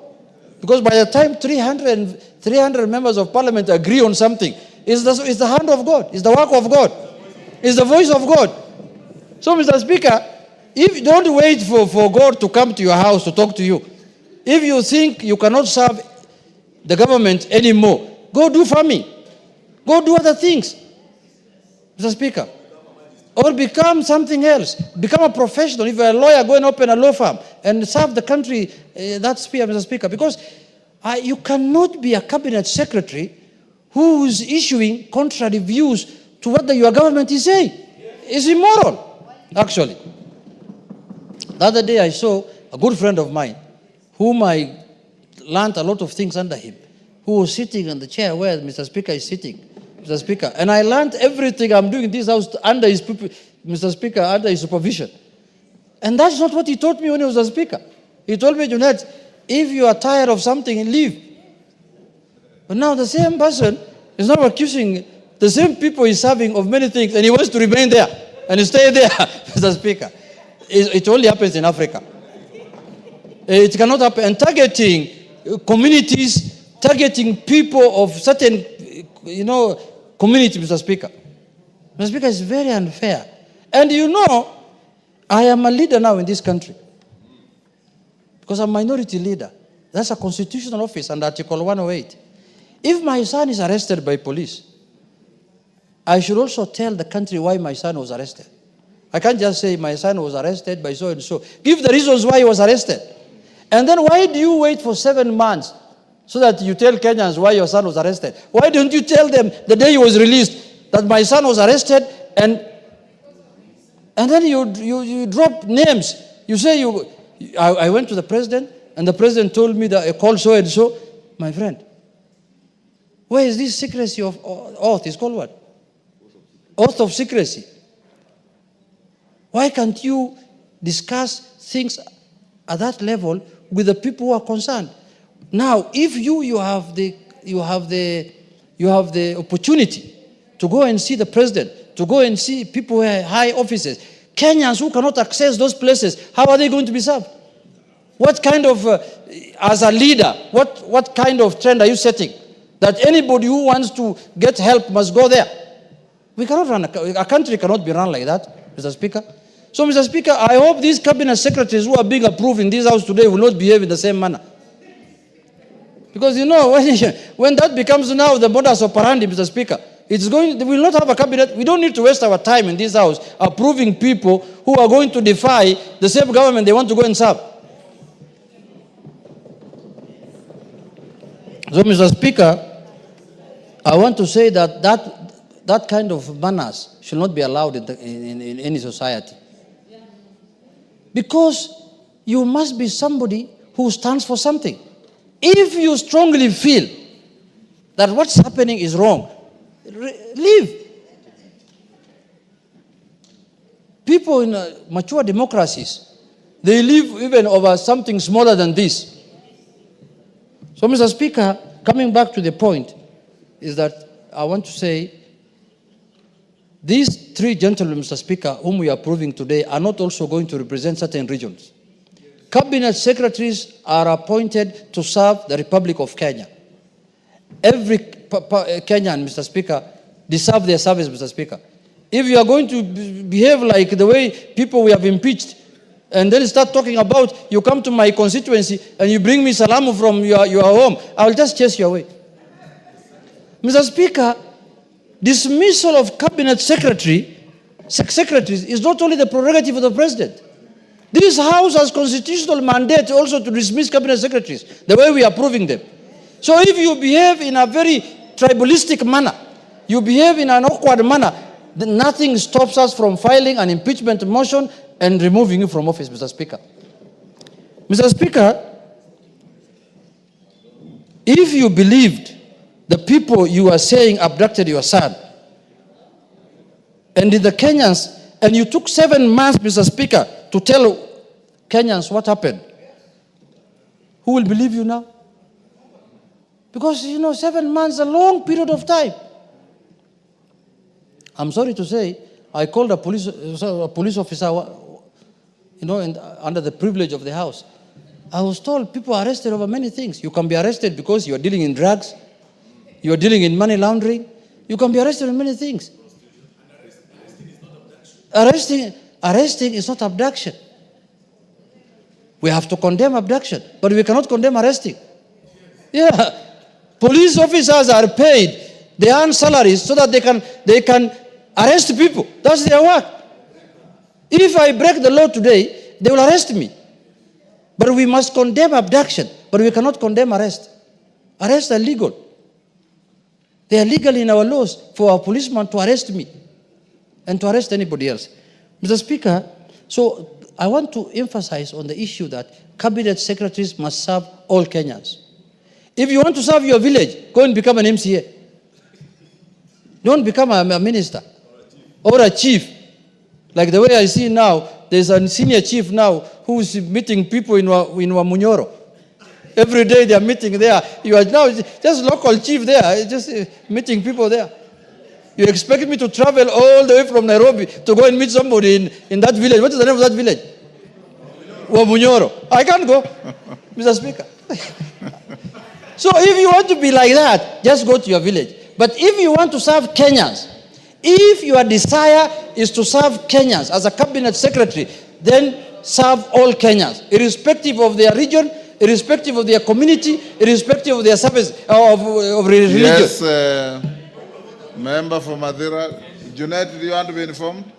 Yes. Yes. Thank you, Mr. Speaker. Especially from somebody from Wamunyoro village, Mr. Speaker. Yes. I want to inform Honorable Junet that Wamunyoro is a very good village in Madera constituency. And in that village there is a chief who is a very good man who serves people, all the people in dignity. It is only one man, disgruntled, who is meeting people with long beards who don't know where they are going. So let's not discuss Wamunyoro. Wamunyoro is a good village. It's only one man who don't know where he is going or where he is coming from, who is disgruntled and he doesn't know where he is going or coming from. Thank you, Mr. Speaker. Mr. Speaker, I want to thank the Member of Parliament for Madeira for informing me that Wamunyoro is a very good place. I have not visited Wamunyoro yet. I need to pay a courtesy call to him so that I can see how good Wamunyoro is, Mr. Speaker. But Mr. Speaker, why am I using Wamunyoro as an example? Mr. Speaker, I cannot travel from a place called Migori in Wothorumo or Wothogik all the way to Wamunyoro so that I can get government services. I must get government services nationally. The minister must come to my place in Gorjope so that he can serve me in Gorjope, not me to go to Wamunyoro, Mr. Speaker. That is why we retired someone to Wamunyoro. And I'm sending a warning to the cabinet secretaries that if you take the behavior of Wamunyoro, if you want to serve only Wamunyoro people, we will sack you. We will impeach you. You must serve all Kenyans. And if you want to serve only your local people, become an MCA. That's where local people, the ward where people are served, Mr. Speaker. Because, Mr. Speaker, there are people who think they have become cabinet secretary to serve their region, or to serve their community, or to serve their tribesmen. No. Cabinet secretary is a national position. If you want to remain as a CS, you must remain national, Mr. Speaker. And I know these three whom we are approving today, they are experienced. These are people, these are national leaders who have served all kinds of Kenyans, because you know Nakuru, almost every community of this country lives in Nakuru. Even in Kiambu nowadays, because it's becoming an extension of Nairobi, many communities stay in Kiambu, Mr. Speaker. These are the kind of leaders we want to have in cabinet. And let me congratulate the president, Mr. Speaker, because in terms of diversity, I don't think there's a president who has gotten it right more than President Ruto, Mr. Speaker. Very few communities now are not on the table of the cabinet, Mr. Speaker. All communities are almost there, Mr. Speaker. Anywhere, any county of almost has a representative now in the cabinet or in the executive for that matter. That is the kind of country we want to build. That is why ODM has sent experts to the broad-based. And we have more experts to send, Mr. Speaker. That's why we want to send more experts to government so that diversity can be felt, that diversity can be achieved. But the ones who want to retire to their village in Kanyambora, those ones should let Kenyans do other things, Mr. Speaker. If you want to become the chief of Kanyambora, just go and become the chief of Kanyambora. Don't bring issues here. Oh, so-and-so abducted my son, so-and-so did... No. Just go and... That will be another Munyoro Center. Just go to Kanyambora Center and stay there, Mr. Speaker. With those few remarks, Mr. Speaker, I support. Order, take your seat, Owen. Honorable members, I'll now propose the question at order number 12, which is that, taking into consideration the findings of the Committee on Appointments in its fourth report on the vetting of the nominees for appointment as cabinet secretaries, laid on the table of the House on Thursday, 16th January 2025, and pursuant to the provisions of Article 152(2) of the Constitution and Section 3 and 8 of the Public Appointments Parliamentary Approval Act, Cap 7F, this House approves the appointment of the following persons as cabinet secretaries. 1. Honorable Mutahi Kagwe, AGH, Agriculture and Livestock Development. Honorable William Kabogo, Information, Communication and the Digital Economy. Honorable Lee Kinyanjui, Investments, Trade and Industry.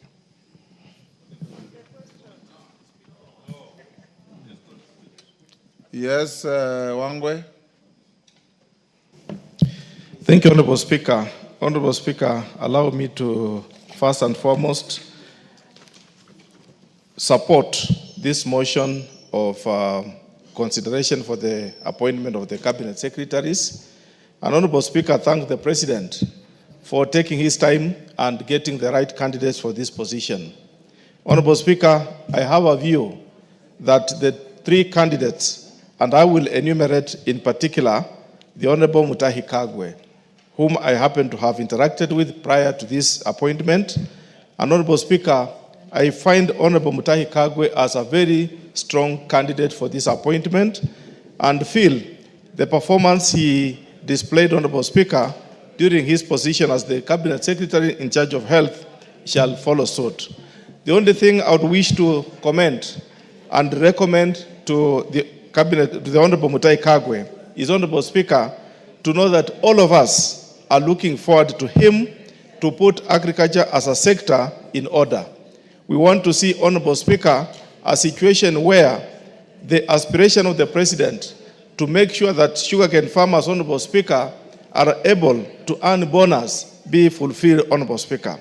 We want to see a situation, Honorable Speaker, that the brokers in between, the people who would want to affect the chain of distribution in terms of agriculture, Honorable Speaker, is dismantled.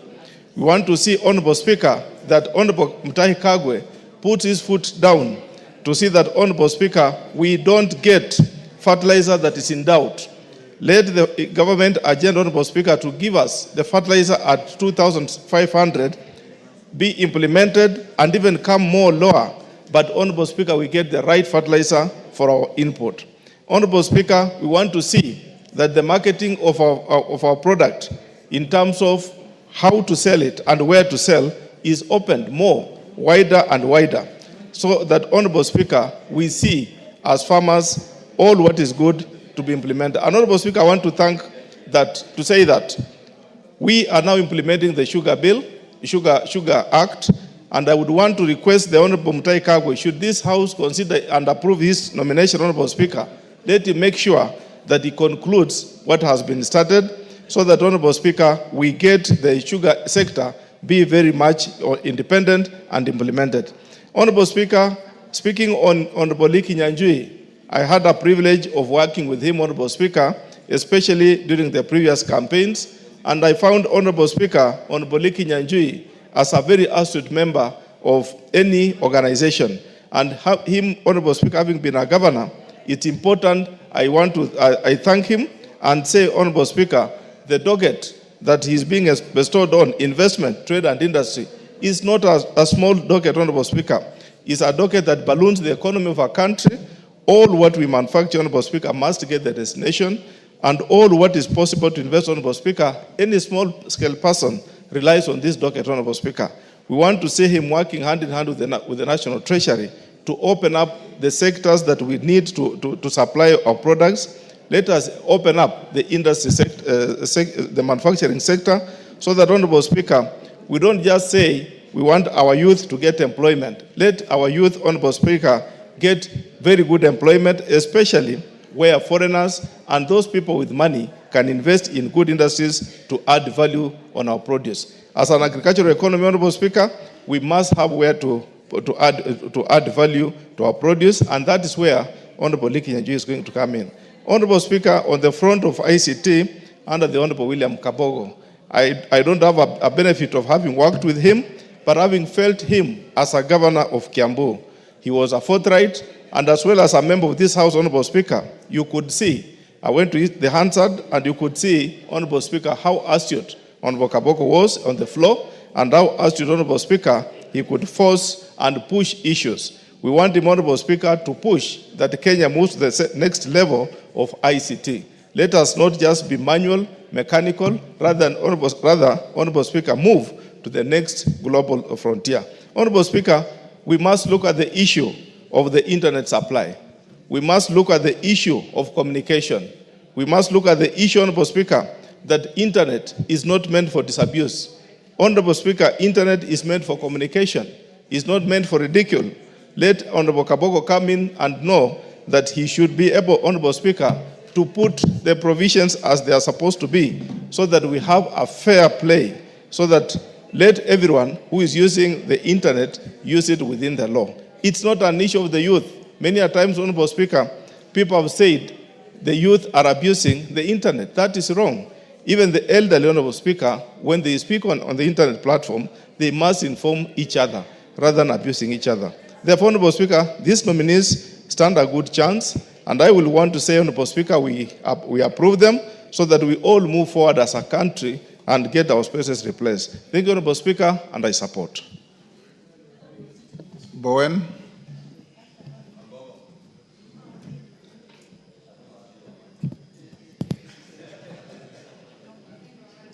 Give Kangogo the...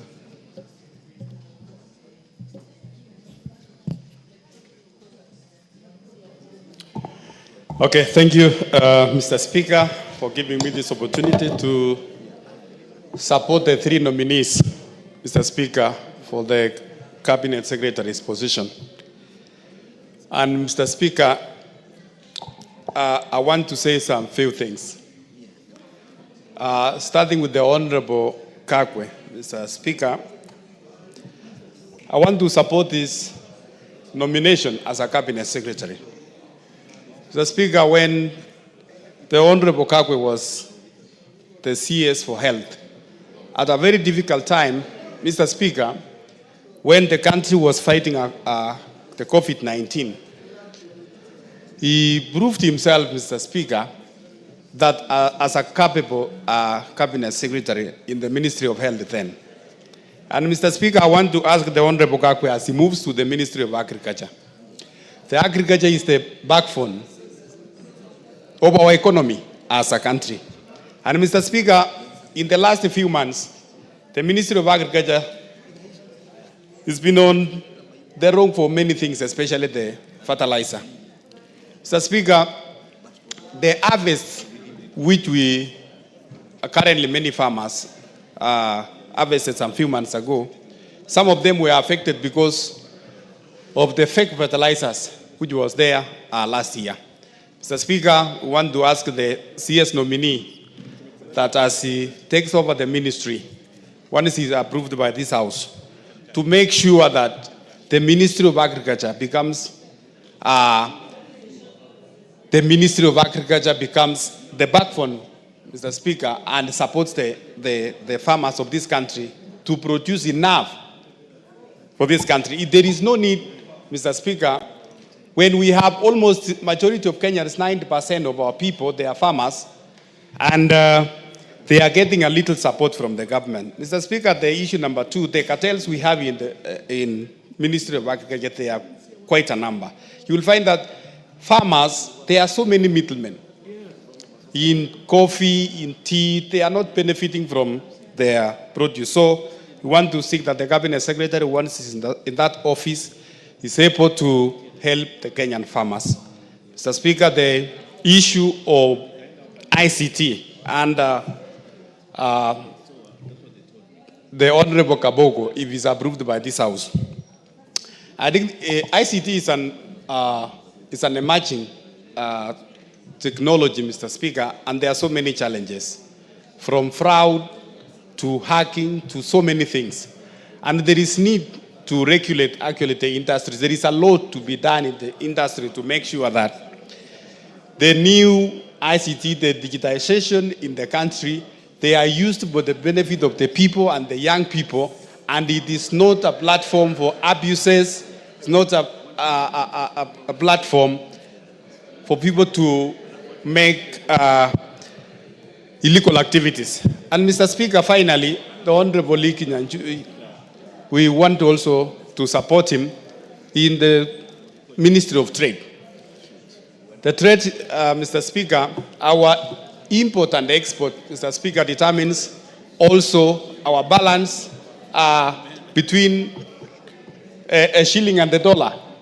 So when we have a lot of export, Mr. Speaker, as a country, you will see that we will benefit from the business of foreign exchange. And currently, I think as a country, we are importing more than what we are exporting. So we expect that the Lee Kinyanjui, when he comes in, he will take up the ministry to the next level to benefit Kenyan traders. Mr. Speaker, I support the 3 nominees.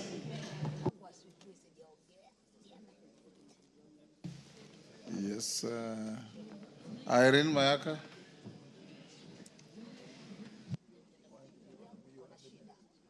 Thank you, Honorable Speaker.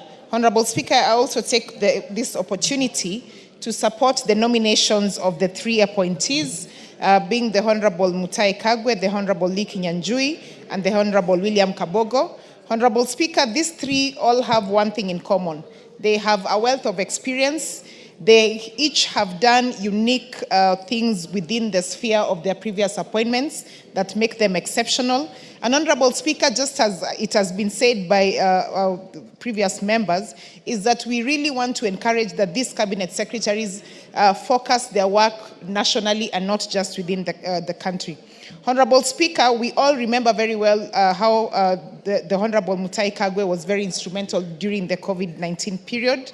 And Honorable Speaker, some of the things that really impressed me when I watched the interview was when he spoke about engaging the youth in the agricultural sector.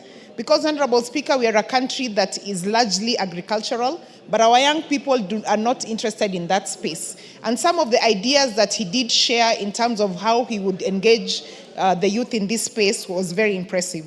Honorable Speaker, the other thing that the Honorable Mutahi Kagwe spoke about was the use of AI technology within our weather and agricultural space, which is something that is very progressive. It is being used in other countries, and it's very enlightening and very exciting to hear that a cabinet nominee for agriculture is actually talking about engaging AI in terms of the weather checks and also the increasing our agricultural produce. Honorable Speaker, in terms of the Honorable Lee Kinyanjui, I support his nomination. Honorable Lee Nyanjui was fantastic as a governor. And not only that, those of us who worked within the Azimio Secretariat will remember how Honorable Lee Kinyanjui really assisted us in having a youth volunteer movement across the whole country. And he was very magnanimous in terms of how he shared his wealth of experience with us. Honorable Speaker, and finally the Honorable William Kabogo, when his nomination was announced, someone asked me why they would take someone like William Kabogo in the ICT space. But those of us who are really, really interested in that space know that the Honorable William Kabogo did a lot of digital transformation in Kiambu County. While he was there, he ensured that there was free Wi-Fi in the urban centers in Kiambu County. He ensured there was a digital county transformation service, including educating the people of Kiambu County to be able to engage in financial systems within the county. Honorable Speaker, even the system of digital revenue collection, while I was a member of County Assembly, I remember that one of the counties that we did visit as a place as a learning experience was Kiambu County, because they were able to strengthen and have a cashless system within their digital system. And so, Honorable Speaker, this for sure is a nominee who really understands that particular environment. And Honorable Speaker, without gainsetting what has already been done within the ICT sector, we do want to ensure that the entire country of Kenya has fiber optic. And I really like the fact that he already has knowledge in this space. Honorable Speaker, the nominee, William Kabogo, also spoke about the unethical use of social media, protecting the youth from harmful use of social media. And I did hear him also suggesting that we should get into a place where we regulate the social media space. We do not necessarily need to gag people from social media like TikTok, X, and Facebook, but we can introduce regulations within this space. The other thing that he spoke about that was very interesting, Honorable Speaker, is that he talked about the Konza Technopolis and having investors come on board in that particular space so that we can grow our Technopolis space. Honorable Speaker, the only thing I just want to say and encourage, and this is also because we are saying now that we want our cabinet secretaries to work for the whole of Kenya. It is my wish that the executive would actually have a rotational basis where 2 weeks in every month, the cabinet secretaries can actually go to different parts of this country and work from there, so that they can understand what Kenyans are going through. They can understand the different spaces that their ministries and dockets are engaging on. And then that way, they'll be able to serve all Kenyans very well. We don't have to have cabinet secretaries being confined in Nairobi in the headquarters. I wish they would actually rotate and go everywhere. With those very few remarks, Honorable Speaker, I wish to support the nominations. I thank you. Wamumbi.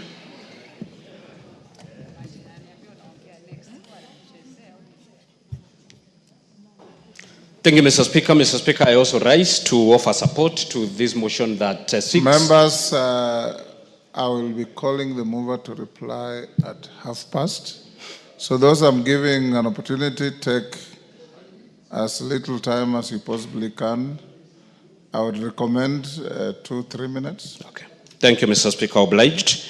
I also rise to support this motion that seeks to approve the appointment of Honorable Mutahi Kagwe, Honorable Lee Kinyanjui, and Honorable William Kabogo as Cabinet Secretaries, Mr. Speaker.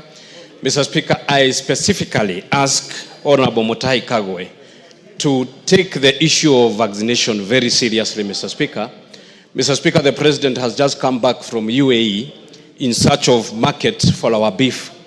And Mr. Speaker, it is only the well-vaccinated livestock that will compete for the markets out there. And we saw him during the interview. He said it is not a forced exercise.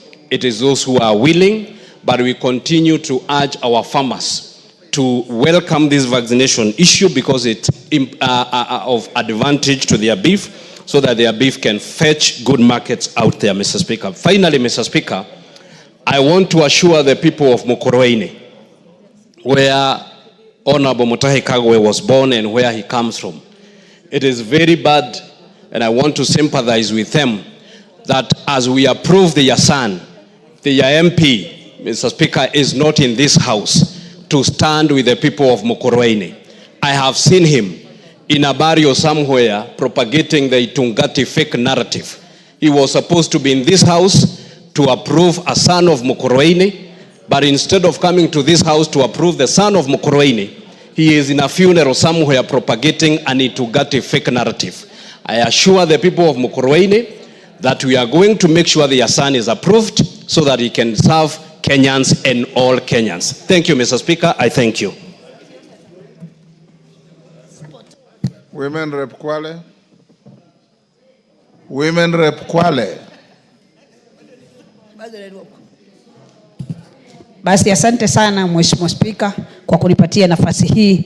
Mimi pia niunge mkono uteuzi wa mawaziri hawa watatu ambao wamelipitishwa na kamati ya uteuzi hivi majuzi na leo hii wameletwa katika bunge hili. Mimi naunga mkono Mheshimiwa Spika, na pia niwapatie tu nasaha yangu kidogo mawaziri hawa.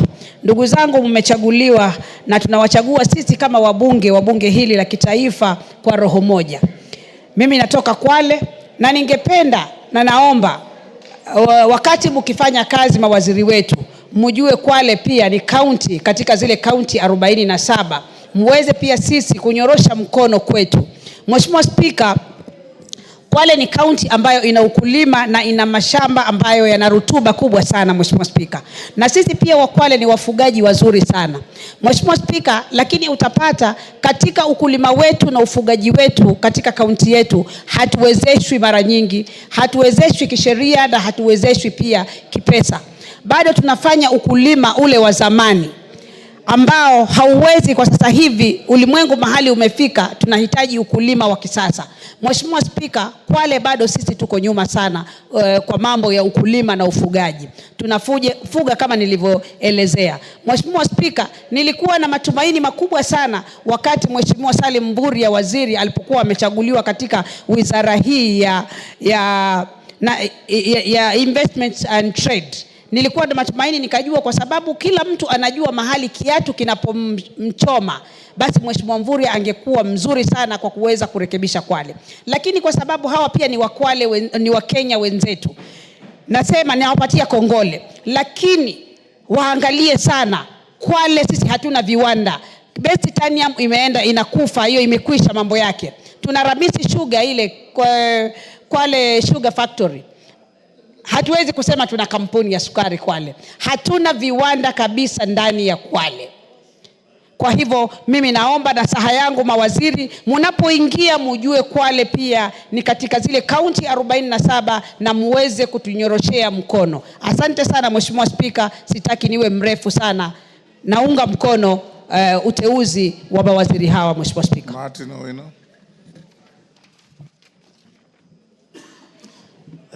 Thank you, Mr. Speaker. As I rise to support this special motion, I want to congratulate you and your team for you sat through it all. And we watched it and we took notes. The Speaker, there's only one item which I would like to be introduced into our vetting exercise. In this House, we did pass that we have quarterly reports from our ministries. How I hope that those reports, if it's somebody from a ministry like a cabinet, Kagwe, we would have that report from the department to tell us how he performed in that section. And also that report will help the majority leader in his report so that he can reference it. The same with others from the two gentlemen from the Senate. So if we can be citing reports from these sectors, it is going to make it more better than individual verbal appreciations. Other than say that the three nominees impressed me much. As a member of the departmental committee on health, I want to say Honorable Kagwe has a competency, and I know he will do a good job. I just want him, when he gets there, if approved, so that he can start with some things which are really bothering Kenyans. having come from the Ministry of Health, it values health. The issue of pesticides, Mr. Speaker, is causing a lot of harm to our people. As we speak, over 310 products of pesticides are used in this country. And pesticides have been connected to 6 cancers. And if not checked, we can harm us more. As for Kabogo, we have built, according to the presidential initiative, every ward. Like in my constituency, I have 3 wards with ICT hub. But I've written so many letters to have them equipped, have not been done. As for Lee Kinyanjui, how I wish you also put as a priority, in a priority list, building industries in our rural settings so that our kids do not migrate to urban areas to be slum dwellers, and also to make value addition to our natural products. With those, Mr. Speaker, I support the 3 nominees. Wamrata.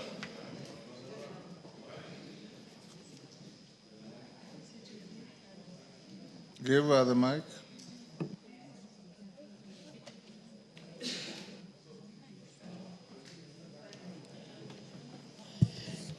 Thank you, Honorable Speaker. I also stand to support the approval of the 3 honorable members of this country that bring in a wealth of experience from the past times that they have worked for this nation. I personally want to first congratulate the 3 of them for getting this opportunity and being approved to serve this country. And I also want to echo the words that were said by our ML over the Minister Kagwe, who was at during the COVID time, the Minister for Health, and he brought in a whole wealth of experience to a point that he was able to identify with even all the children in the country, that even the young children had a name for him. And I remember one child who used to call him Mutuenu wa Corona, because he had spoken about COVID until even the children had come to understand. The other thing is that he very well coordinated with the young people, and especially in his quotes, not forgetting the quote that he had, that if we continue treating this disease normally, it is going to treat us abnormally.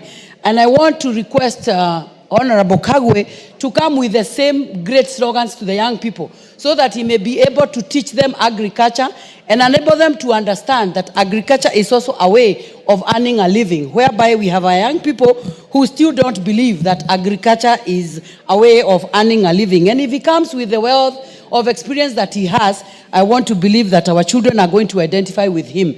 I also want to congratulate the Honorable William Kafogo, who comes from the county that I represent, the county of Kiambu, and Lee Kinyanjui, who too also come with the wealth of experiences, considering that both of them have served as governors in very densely populated counties that are cosmopolitan. And I really want to thank the President for considering these 2 people who have served with Kenyans and served in counties that have a population of all the communities in this country. And so we want to believe that as they come in, they will come to serve Kenyans and not their region.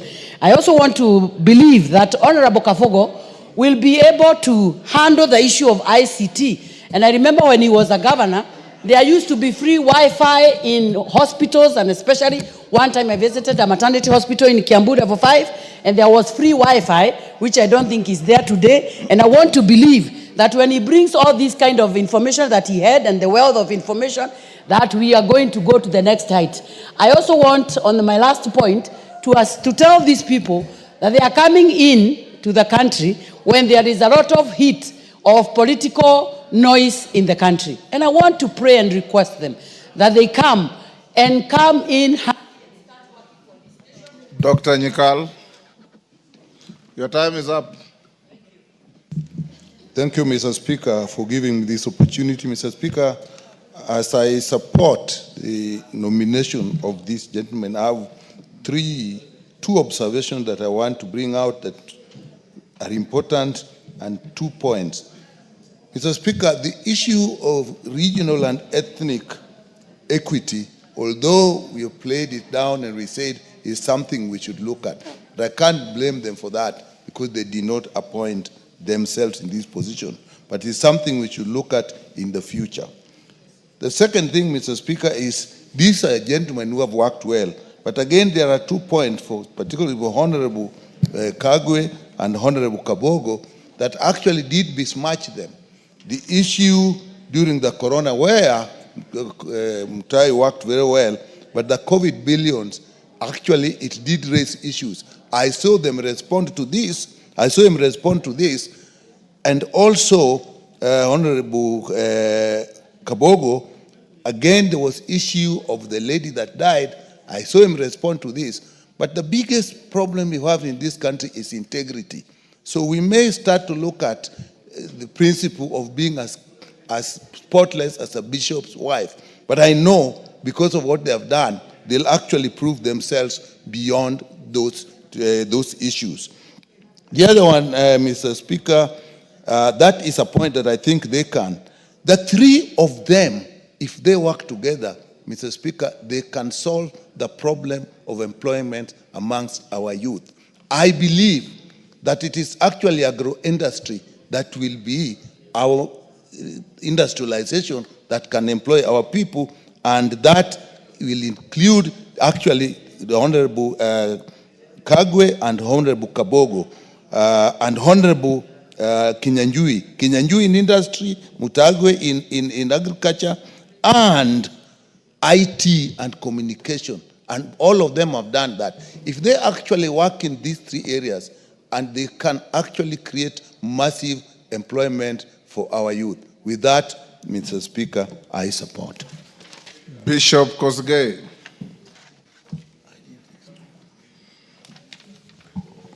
Thank you, Mr. Speaker.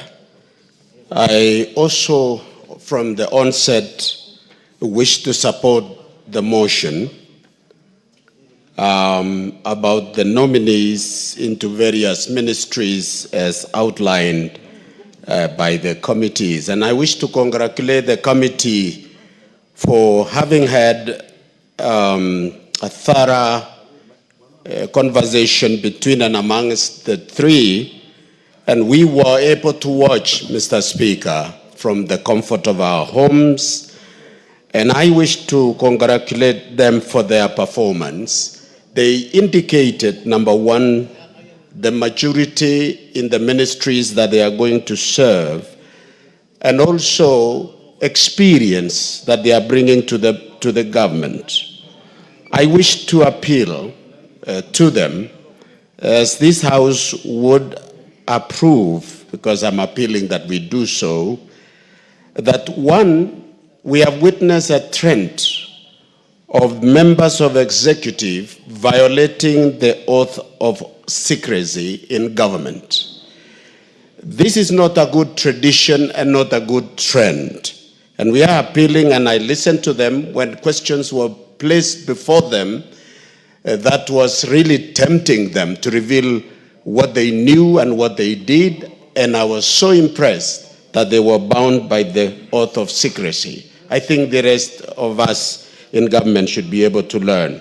Number two, Mr. Speaker, is that we are appealing as they come. There has been a missing link in terms of communication of what the government is doing. And that people who are thriving with propaganda in social media have taken a field day. We are not hearing anyone from the side of government. Finally, Mr. Speaker, is that the issue of technology, which has been abused, and some others have been using our young people to do things that are unethical. With the coming of Kabogo and the experiences he has, we hope this will be sanitized. With that, Mr. Speaker, I support the approval of these nominees. Rueda. Asante Bwana Spika, kunipatia nami nafasi nipate kuchangia. Mimi moja kwa moja naunga mkono, na nataka tu niwaambie vile wamesema pale kwa kamati iwe ni hivyo. Sio kusema tu kwa mdomo, bali waseme kwa vitendo.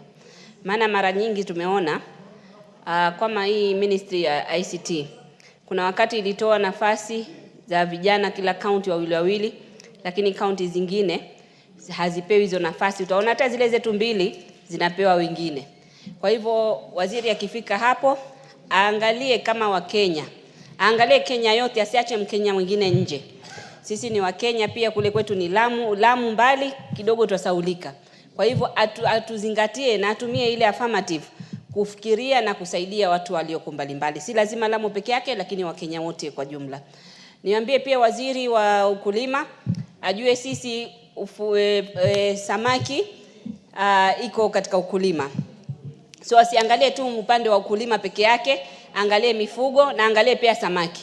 Samaki iko kwa ukulima, aje na mbinu za kisasa zile ambazo zitatusaidia, sio zile za kwamba babu yetu alikwenda akivua samaki akipata pengine kilo 20 kwa mara moja, sasa hivi watu wakienda wanapata kilo 1. So atafute mbinu mbadala, mbinu za kisasa, pia wasaidie wavuvi wetu kule wapate kufaidika. Mbali na hivyo, eneo ninaloliwakilisha mimi Lamu Mashariki lina upande mwingi wa manufaa. Kuna upande wa kuseme samaki, pia sisi ni wakulima wa simsim, ni wakulima wa watermelon. Kuna mfadhili mmoja alisaidia tu hivi karibuni akapeana 500,000 kwa kikundi cha youth.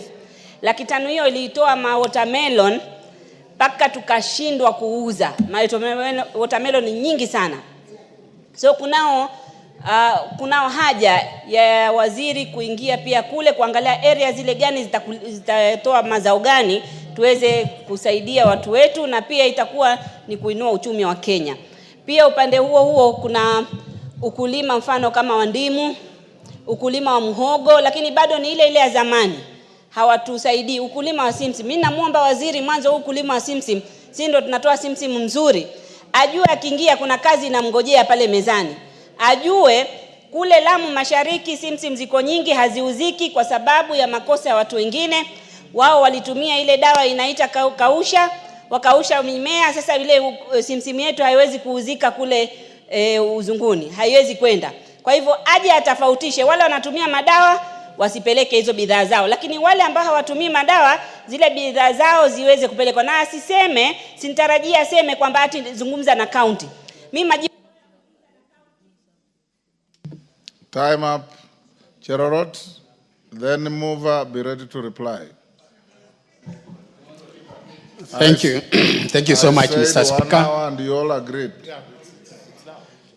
Mr. Speaker, I stand to support the appointment of the 3 nominees, Mutahi Kagwe, Liki Nyanjui, and William Kabogo.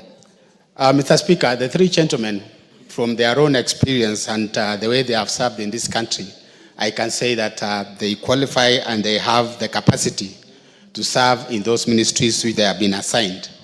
Mr. Speaker, the President himself, I think through his own wisdom, he has appointed the 3. And you remember, Mr. Speaker, the President, during the campaign, he had his own, the plan, which is the agenda and the manifesto, which he is running with.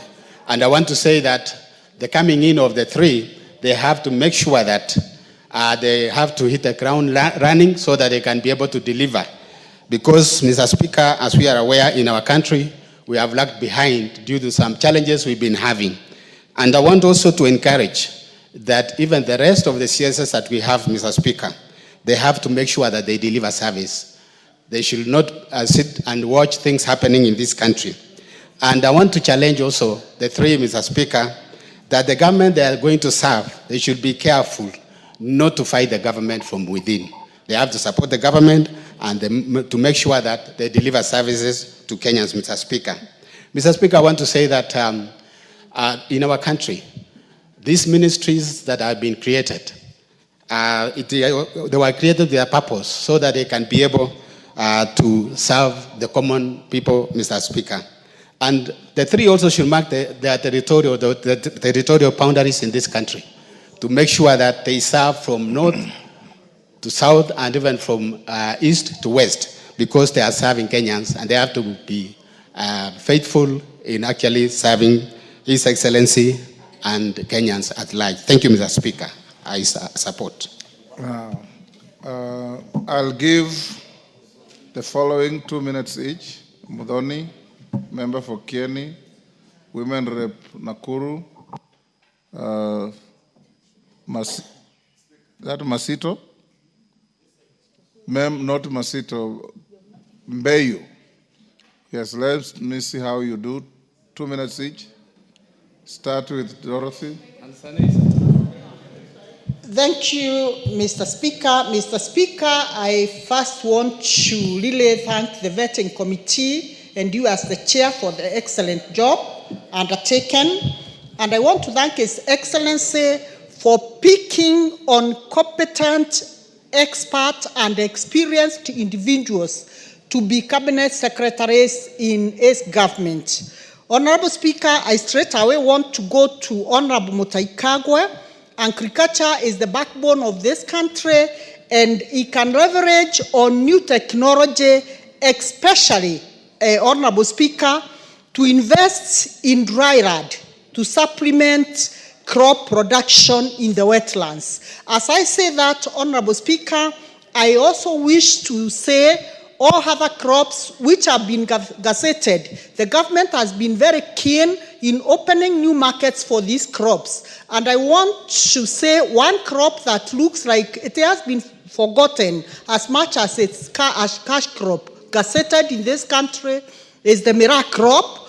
And I wish that the CS Agriculture will fast track this crop and look for markets for the Mira crop, so that the farmers in that area of the country can also benefit and reap big from this country. Thank you, Honorable Speaker. Kieni? Was it Lisa first or Kieni first? Lisa first. Kieni, take your seat. Give to Lisa Chelule. Iko moja pale. My clerks, why are you misfiring today? Asante sana Bwana Spika kunipatia nafasi pia nichangie kwa mjadala ambaye imeletwa katika National Assembly na Majority Leader wetu. Na nataka kuchukua hii nafasi kupongeza rais kwa kuteua hawa watendakazi watatu na wengi ambayo tuliwapitisha asubuhi. Napongeza rais kwa niaba ya watu ya Nakuru. Bwana Spika, nataka kuongea juu ya Waziri Mutahi Kagwe ambaye tulifanya kazi na yeye katika Senate na namjua kwa utekelezi yake ya kazi. Ningependa tu kuchukua hii nafasi nimweleze Mheshimiwa Mutahi Kagwe kwamba kuna mimea ambaye ni kama imesaulika na mimea huu ni pyrethrum. Nakuru County ni moja ya counties ambaye wanapanda pyrethrum kwa wingi. Pyrethrum ni mmea ambaye tulitumia sana wakati yake kusomesha watoto wetu kule Nakuru. Kwa hivyo ninaomba Mutahi Kagwe akikuja kuanza kazi washikane pamoja na Lee ambaye tunajua pia kazi yake. Kwa niaba ya watu ya Nakuru ninajua tutafaidika na vijana watapata kazi. Kina mama pia wamejitokesha kuwa wakulima wa maziwa, kwa ng'ombe ya maziwa. Kwa hivyo nina hakika kwamba Mutahi Kagwe atatekeleza kazi. Otherwise nawatakia mema na I wish all of you colleagues a happy 2025. Thank you. Kieni? Okay, thank you so much, Mr. Speaker, sir, for the opportunity. I really want to offer my voice in supporting the three wise men who have been appointed to our cabinet. Indeed, they bring with them a lot of competences, various competences, experiences, and their braveness and commitment to work. Mr. Speaker, I really want to say that to Mr. Mutahi Kagwe, this is one man who has been vilified and demonized in our county of Nyeri, suggested that it doesn't matter, but to him I tell him, it matters to Kenya that there will be food on the table, enough for all Kenyans. He is not appointed particularly for the people of Nyeri. So he should take heart, take courage, that Kenyans are looking upon him to make sure that there is enough for everybody and all the times. Not saying that, not also failing to note that also Mr. Honorable Kabogo, when he was the Governor Emeritus for Kiambu, he gave his best And particularly, he showed commitment to healthy delivery services in Kiambu. Also, Kinyajui, having delivered Nakuru as a city, it took him a lot of time, a lot of courage, and a lot of knowledge. Mr. Speaker, sir, having said that, I didn't want to encourage all of them to give their best. Thank you. I wish them well in their service. Let them bring their wisdom, and we all work towards doing something for this country. Mr. Speaker, I don't follow simple people. I follow great minds. And that is why in 2017, I offered myself to deputize Mutahi. Very good. Women Rep Kilifi. Asante Mheshimiwa Spika. Wacha nichukue fursa hii kukupongeza, kuombea kila mtu mwaka mpya mwema 2025. Tuombe ushirikiano, kufanya kazi pamoja. Muhimu Mheshimiwa Spika, nipongeze wateule wa waziri hawa watatu. Nazungumze kuhusu Mheshimiwa Kabogo. Sijafanya kazi vizuri karibu naye, lakini kwa sababu ameletwa katika wizara ya mambo na dijitali, ni ombi langu kwake kuwa ataweza kushirikiana na Wakenya wote na hasa vijana, ambapo anaingia wakati vijana wako vizuri kidijitali, na hatutataka wawe wataendelea kutumia mitandao vibaya. Aone vipi atatafutia kazi za kidijitali vijana wote ambao wanahangaika, wanasumbuka na wanatoa maneno wanaotoa kwa sababu wako tu bure, hawana kazi. Kuna kazi nyingi sana za kidijitali anaweza kuwatafutia na waweze kujikimu. Langu kwa Mheshimiwa Mutahi Kagwe, nilimjua akiwa waziri wa afya. Sasa amepelekwa wizara ya kilimo, pale alipo anisikie naitwa Mheshimiwa Mbeyu wa Kilifi. Tunataka ile mimea ya kule pwani, mkorosho, minazi, tuweze kuregeshewa, japo kilimo kimegatuliwa, aweze kushirikiana na county government ya Kilifi, tuone vipi mimea yetu biashara, mkorosho, maembe na nazi zimeweza kupata faida. Majority Leader, reply now.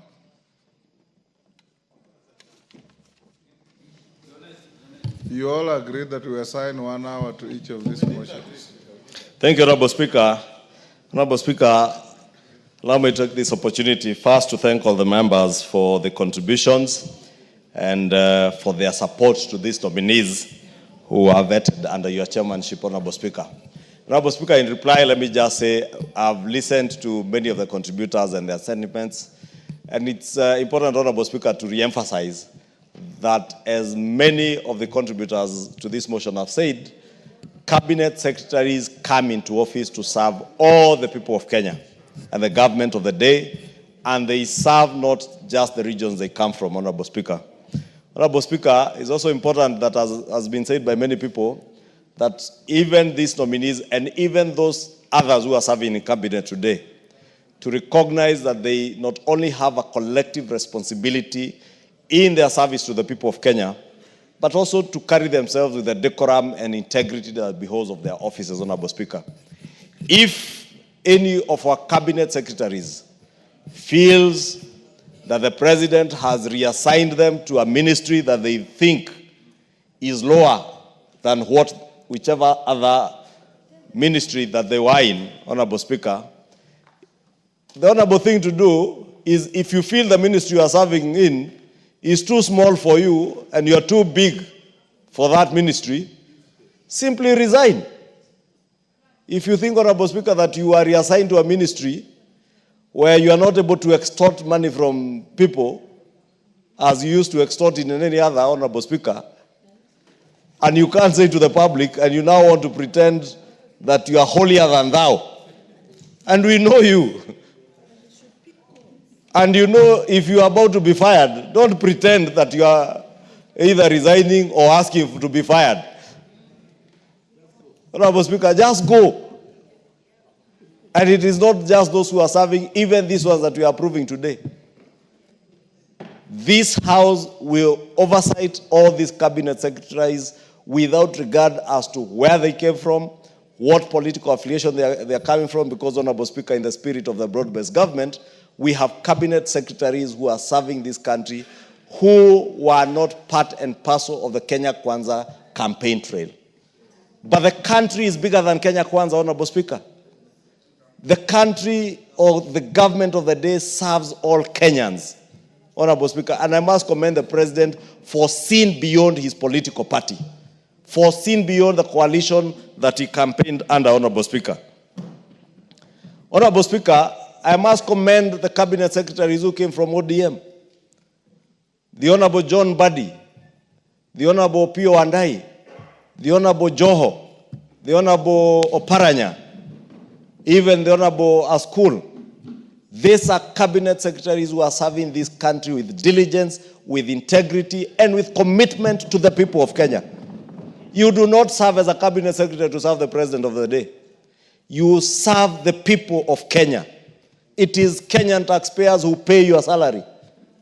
Serve with honor, serve with diligence, serve with the commitment that you have served in for these three nominees, Honorable Speaker. And even those cabinet secretaries who are in office today, Honorable Speaker, as we continue to oversight them, let me say we will oversight them. But let me also say we will not waste any more of our parliamentary time to impeach a cabinet secretary. Honorable Speaker, cabinet secretaries are not people to waste our time with. The honorable thing for a cabinet secretary who feels they have failed on their job, or they are too big for the current job that they are holding, is to resign. They should not waste our time, or even waste the president's time. But the president has a prerogative to hire, fire, and also reassign. And therefore, when you serve in a ministry, there is no ministry that is more important than the other, or any state department that is more important than the other, if your motivation is service to the people of Kenya. But if your motivation is extortion, if your motivation is deals in government, then you will find that maybe this particular department of state is better than the ministry I'm currently serving in, because probably you are not able to get the kind of deals you are getting in another office, Honorable Speaker. Honorable Speaker, with those many remarks, because I can see we have good numbers, I beg to reply, Honorable Speaker, and ask this House to approve these cabinet secretaries to go forth and serve the people of Kenya. And I want to believe, as they committed to the people of Kenya during their vetting process, they will serve with diligence, they will serve with integrity, they will serve all Kenyans to improve the lot of all Kenyans, improve our economy through the bottom-up economic transformation agenda. And therefore, Honorable Speaker, I support and I beg to reply. Thank you, Honorable Speaker. Thank you, Majority Leader. Sorry to the members who wanted to speak, but because of time, you didn't get space. But listening to all of you, I think the chorus was one. You are all supporting. There was no dissent. So those who spoke, spoke for all of us. I'll now put the question at order number 12, which is that taking into consideration the findings of the Committee on Appointments in its fourth report on the vetting of the nominees for appointment as cabinet secretaries laid on the table of the House on Thursday, 16th January 2025, and pursuant to the provisions of Article 152(2) of the Constitution and Section 3 and 8 of the Public Appointments Parliamentary Approval Act, Cap 7F, this House approves the appointment of the following persons as cabinet secretaries: Honorable Mutai Kakwe, EGH, Agriculture and Livestock Development; Honorable William Kabogo, Information, Communication and the Digital Economy; Honorable Lee Kinyanjui, Investments, Trade and Industry. As members of that opinion say aye. Will those of the contrary opinion say nay? The ayes have it. Next order.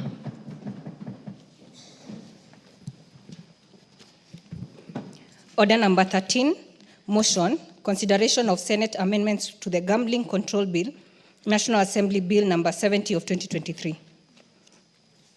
Majority Leader.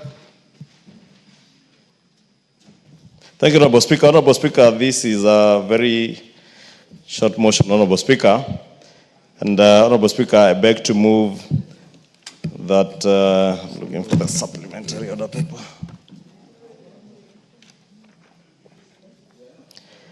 That the House considers that the Senate amendments to the Gambling Control Bill, National Assembly Bill number 70 of 2023 be now considered. Honorable Speaker, this Gambling Control Bill is a bill that this House passed early last year, you remember, together with the Betting Control Bill.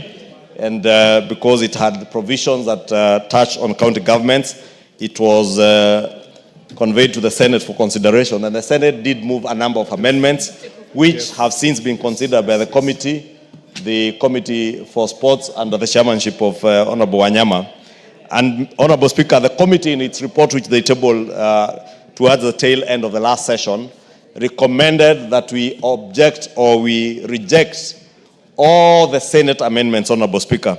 And many of the amendments, Honorable Speaker, that are being amended, that were amended by the Senate, and which the committee has proposed that we reject, counter to the provisions of articles of the Constitution touching on the different functions of the two levels of government between the national government and the county functions.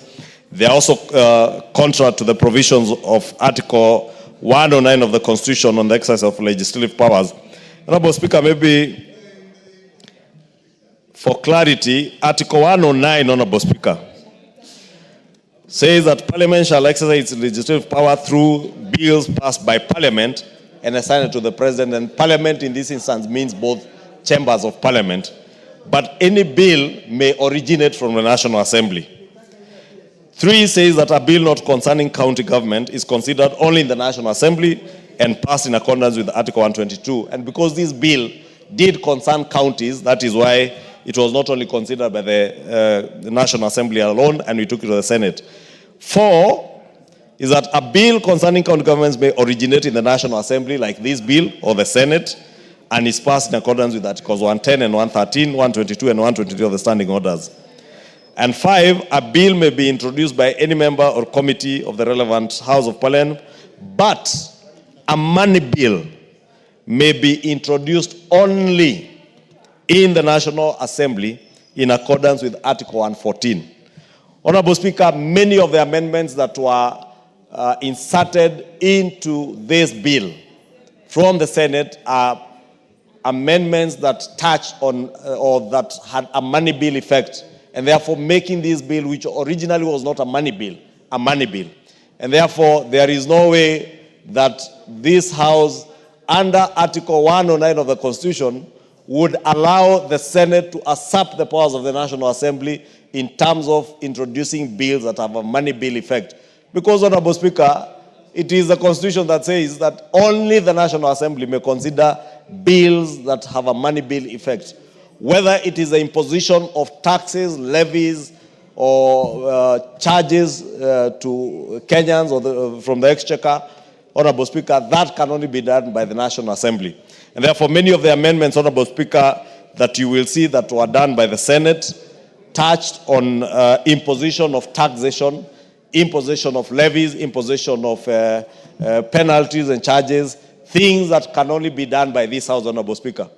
And I know, Honorable Speaker, there are people in the Senate who thought that it's an ingenious way of introducing such provisions, then take this bill to mediation to consider these bills. And Honorable Speaker, I want to implore on you, when and if we reject these amendments and we go into mediation, all the clauses that touch or have a money bill effect, Honorable Speaker, I would beg that you do ask the House or the mediation committee not to consider those clauses, because it will be unconstitutional.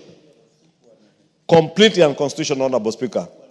2, Honorable Speaker, besides those provisions being unconstitutional having been introduced in the Senate, it is also not possible to re-legislate on certain things that we have already legislated on. Towards the tail end of the last session, Honorable Speaker, we legislated on the Tax Procedures Act bill, which is now an act of parliament. We legislated on the Tax Amendment Bill, which is now an act of parliament.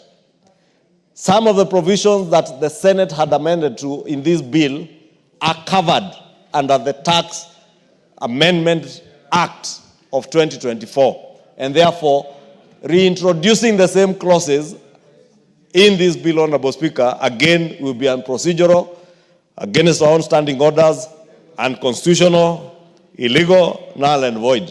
And therefore, I would beg that, Honorable Speaker, when you are making your determination on the clauses that will be mediated on, you do direct that the mediation committee, when we form one, seizes or does not consider some of these provisions that are unconstitutional and have already been legislated on, especially touching on the money bill provisions, Honorable Speaker, because we cannot allow the Senate as a lower house to take over the mandate of the upper house.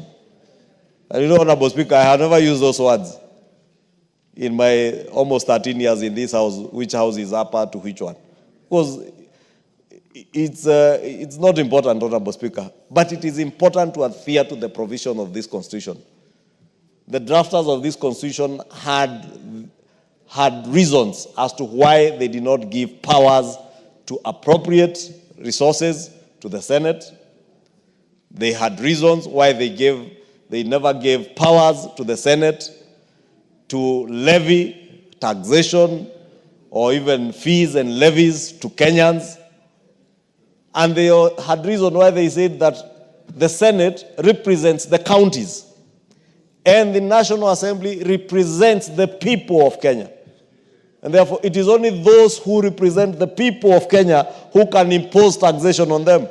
The Senate cannot go behind our backs, Honorable Speaker, and begin to impose taxes, then pretend that we can come and mediate on taxation. We cannot mediate on tax matters with the Senate, Honorable Speaker. And that I want to beg the House to agree with the Committee of Sports and reject in totality all the amendments that came from the Senate. And we can then mediate on all the other clauses, except those that touch on the money bill, that have a money bill effect. With those, Honorable Speaker, I beg to move, and I want to ask the Honorable Karoli Omondi, who I believe is a member of this committee, to second. Thank you, Honorable Speaker. Thank you very much, Honorable Speaker. Thank you very much, Majority Leader. I have the pleasure in seconding the motion that the Senate amendments to the Gambling Control Bill now be considered. And as the Majority Leader has pointed out, there are several inconsistencies or legal challenges that we identified in relation to the proposed amendments. Some of them naturally offend certain legislations. For example, you'd see the Senate is proposing to amend Clause 7 to the effect that the composition of the board of the proposed authority does not have a representative of the Attorney General. The State Corporations Act, Cap 446, as well as the Mwongozo Code of Governance, actually make such membership mandatory. So we really cannot accede to that proposed amendment. There are also other amendments that conflict with the intentions of the bill. Several of those you will see, like in Clause 10, as well as in Clause 11.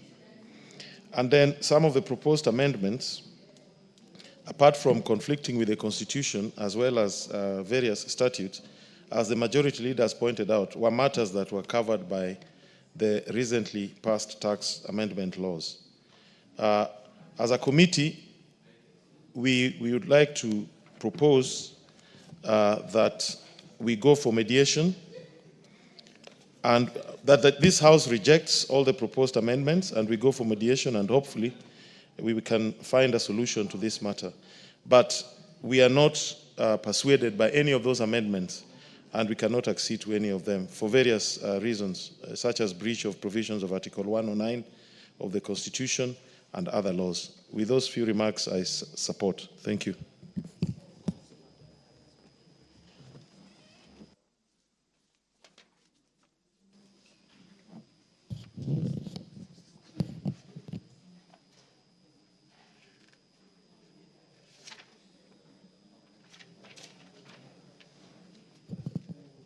Honorable members, I now propose the question that this House do agree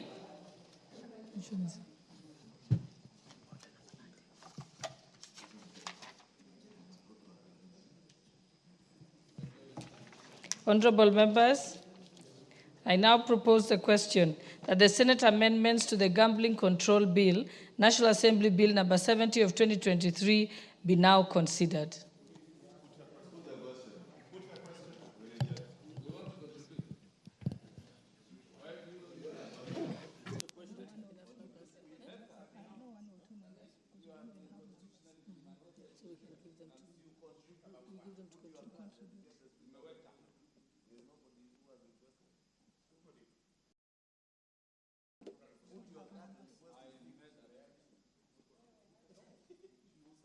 Honorable member.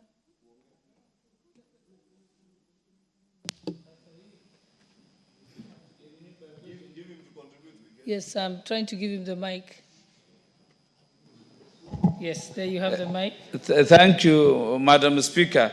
Inasmuch as I'm loyal to the leader of majority, they have been given constitutional opportunity to quite often speak, whereas the ordinary members have to struggle to catch the speaker's eye, Madam Speaker. And I think it's a rare opportunity. That's why I've been adamant. I should at least say something so that people of Wajir North can hear their member of parliament. I may not speak with wisdom, at least I pronounce myself.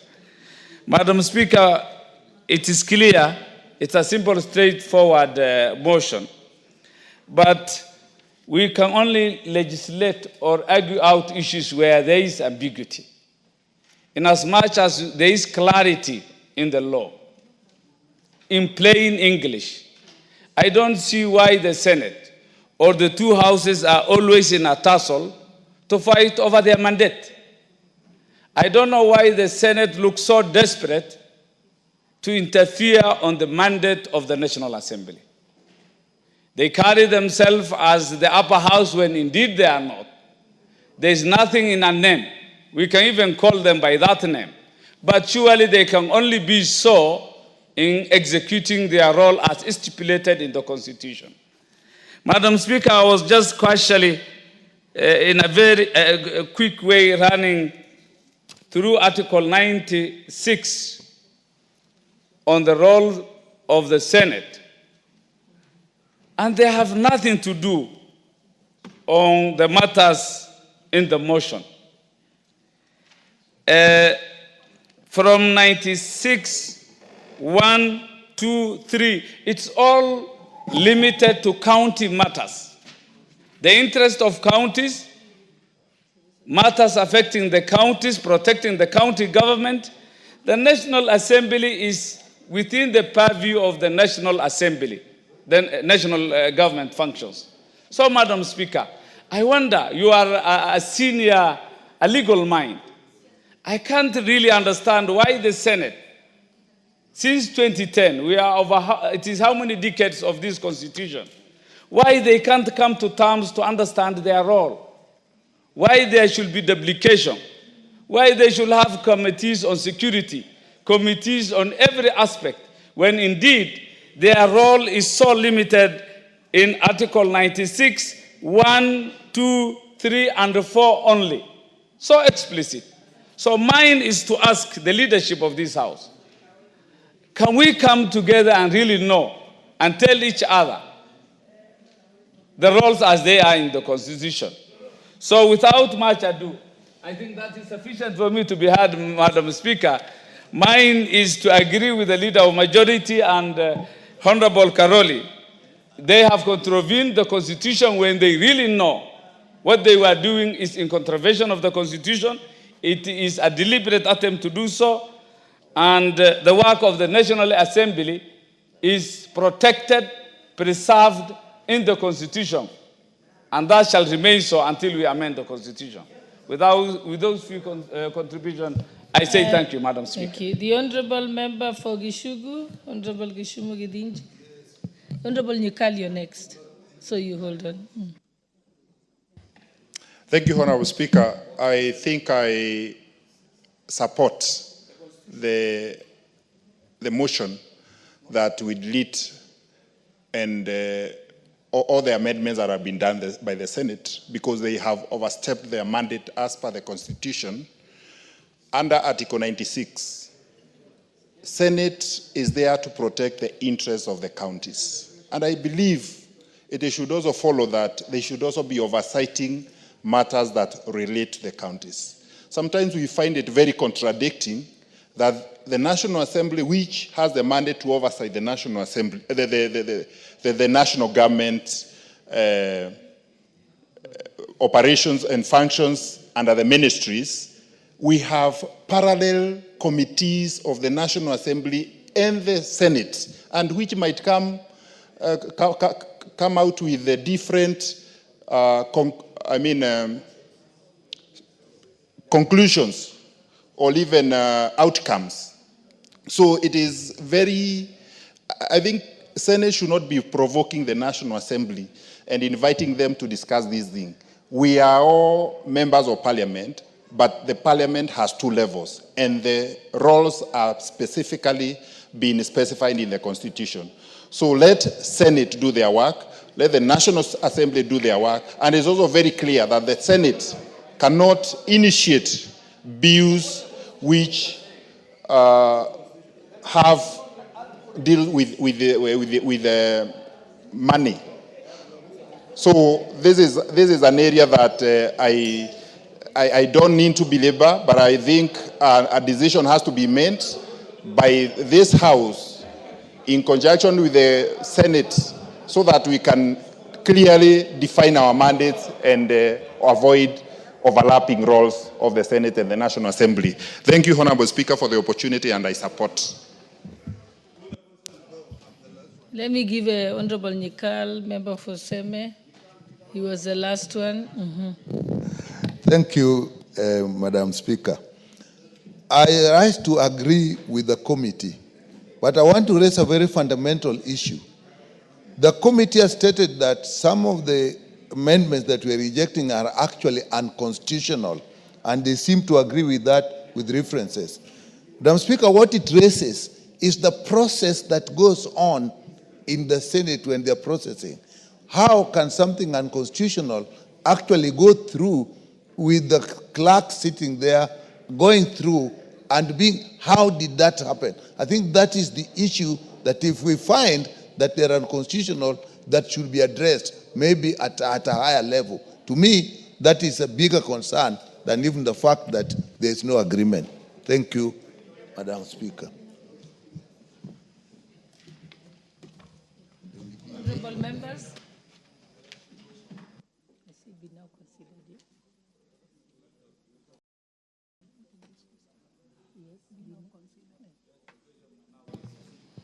Honorable members, I now put the question that the Senate amendments to the Gambling Control Bill, National Assembly Bill number 70 of 2023 be now considered. Will as many as of that opinion say aye? Aye. Will as many as of the contrary opinion say nay? Nay. The ayes have it.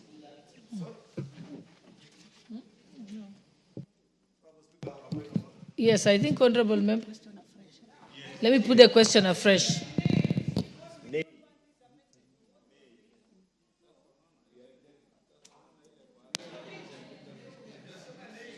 Honorable members, are you now well briefed? Do you want me to put the question again? Okay. Okay, I'll put the question again. Honorable members, I now put the question that the Senate amendments to the Gambling Control Bill, National Assembly Bill number 70 of 2023 be now considered. Will as many as of that opinion say aye? Will as many as of the contrary opinion say nay? Nay. The nays have it.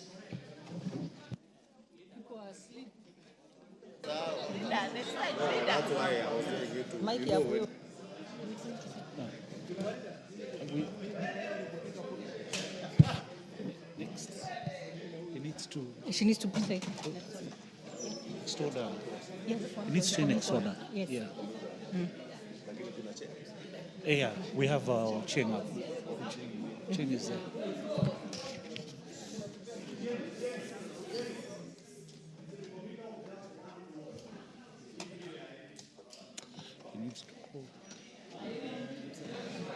Honorable members, the net effect of that is that when we go to the committee of the whole, we'll only consider the startup bill, and therefore we shall not consider the second part of it, which is the Senate amendments, which you've just rejected.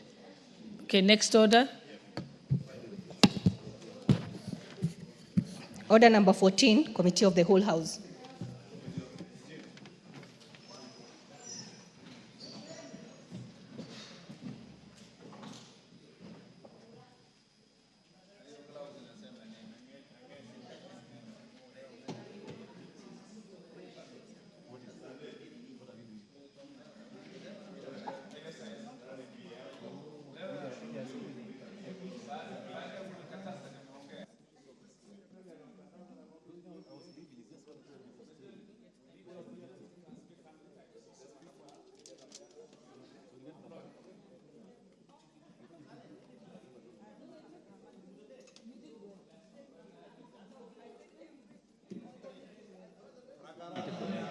I don't know what's going on. What am I supposed to do? So you just... I want to see what it is. Which bill? It's a startup bill. So they were supposed to...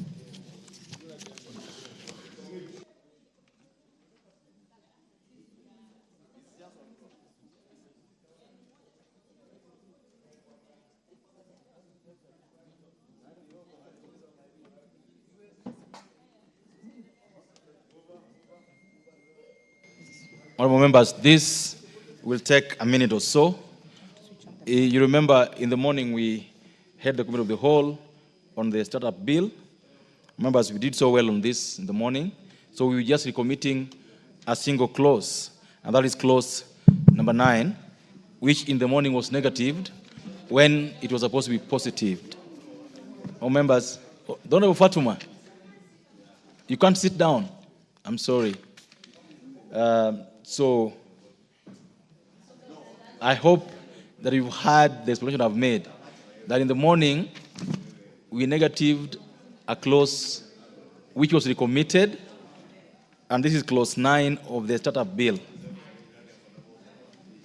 Go ahead. Clause 9.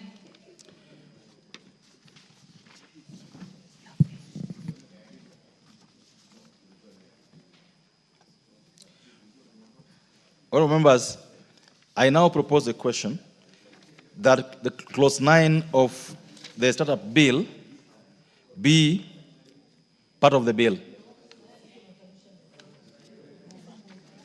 Mover.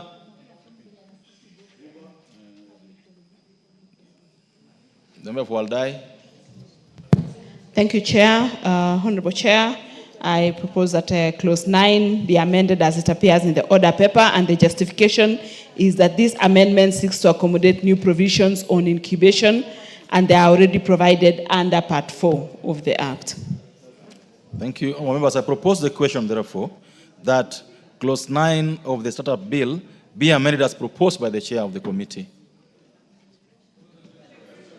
Members, I put the question that clause 9 be amended as proposed, and that means clause 9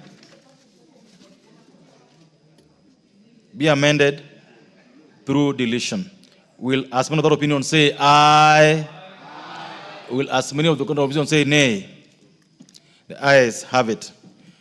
Members, I now put the question that clause 9 as amended be part of the bill. Will as many of the opinion say aye? Will as many of the opinion say nay? The ayes have it.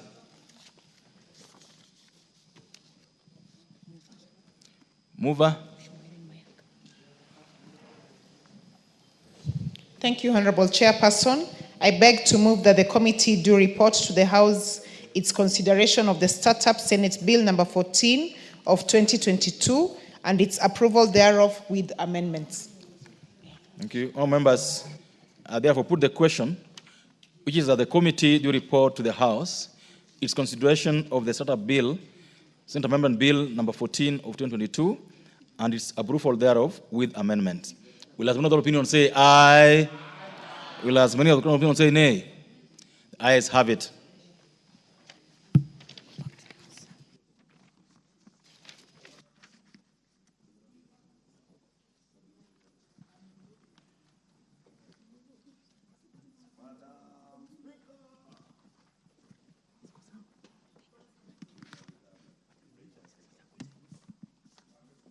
Honorable members, Madam Speaker.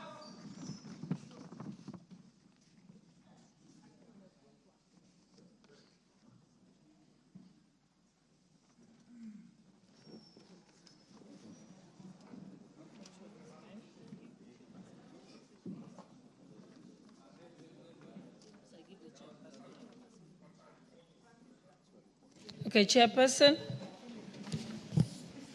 you may move the report. Honorable Speaker, I beg to report that the Committee of the Whole House has considered the Startup Bill, Senate Bill number 14 of 2022, and approved the same with amendments. Okay, mover.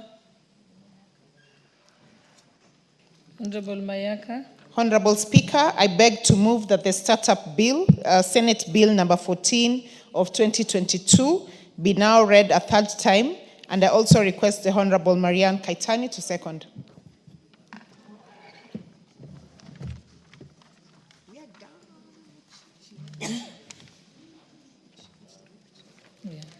I think this is a very good bill. I second. If you can just take that again. Yeah, Honorable, where you say I beg to move that the House do agree.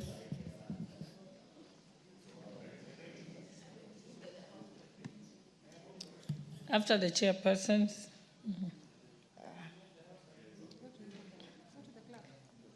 Yeah, you beg to move that the House do agree with the committee in the said report.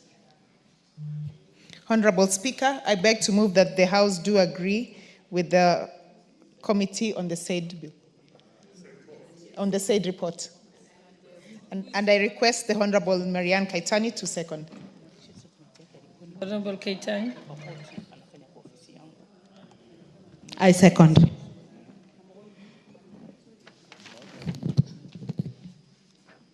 Honorable members, I propose the question that the House do agree with the committee in the said report. Honorable members.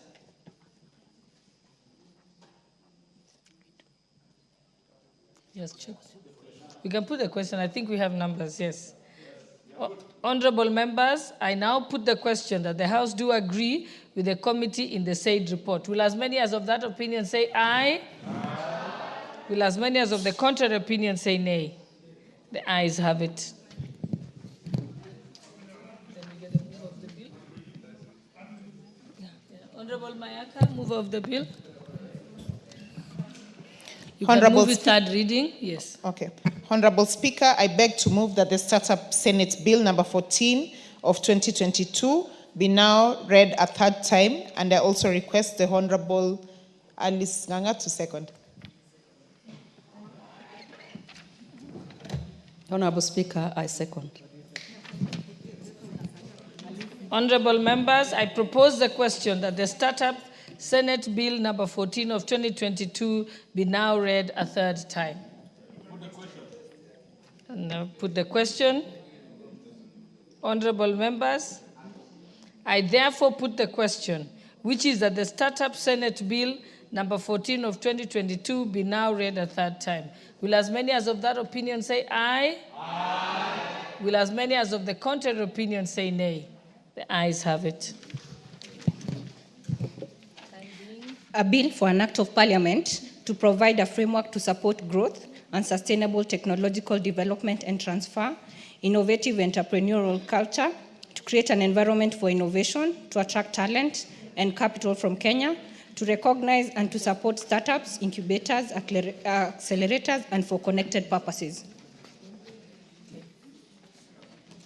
Okay, honorable members, and the time now being 6:15 p.m., this House stands adjourned until Tuesday, 11th February 2025 at 2:30 p.m.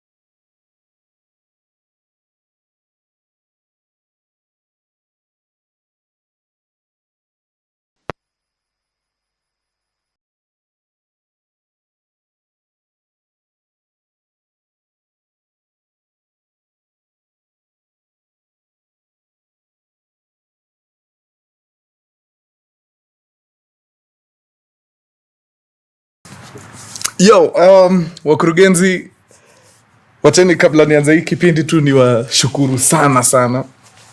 Hey, you guys are showing us love, man. Nachiki vile mnanunua sinema pale, makosa ni yangu, affiliatetv.com. We don't take it for granted, jo, nyinyi watu wa nguvu sana.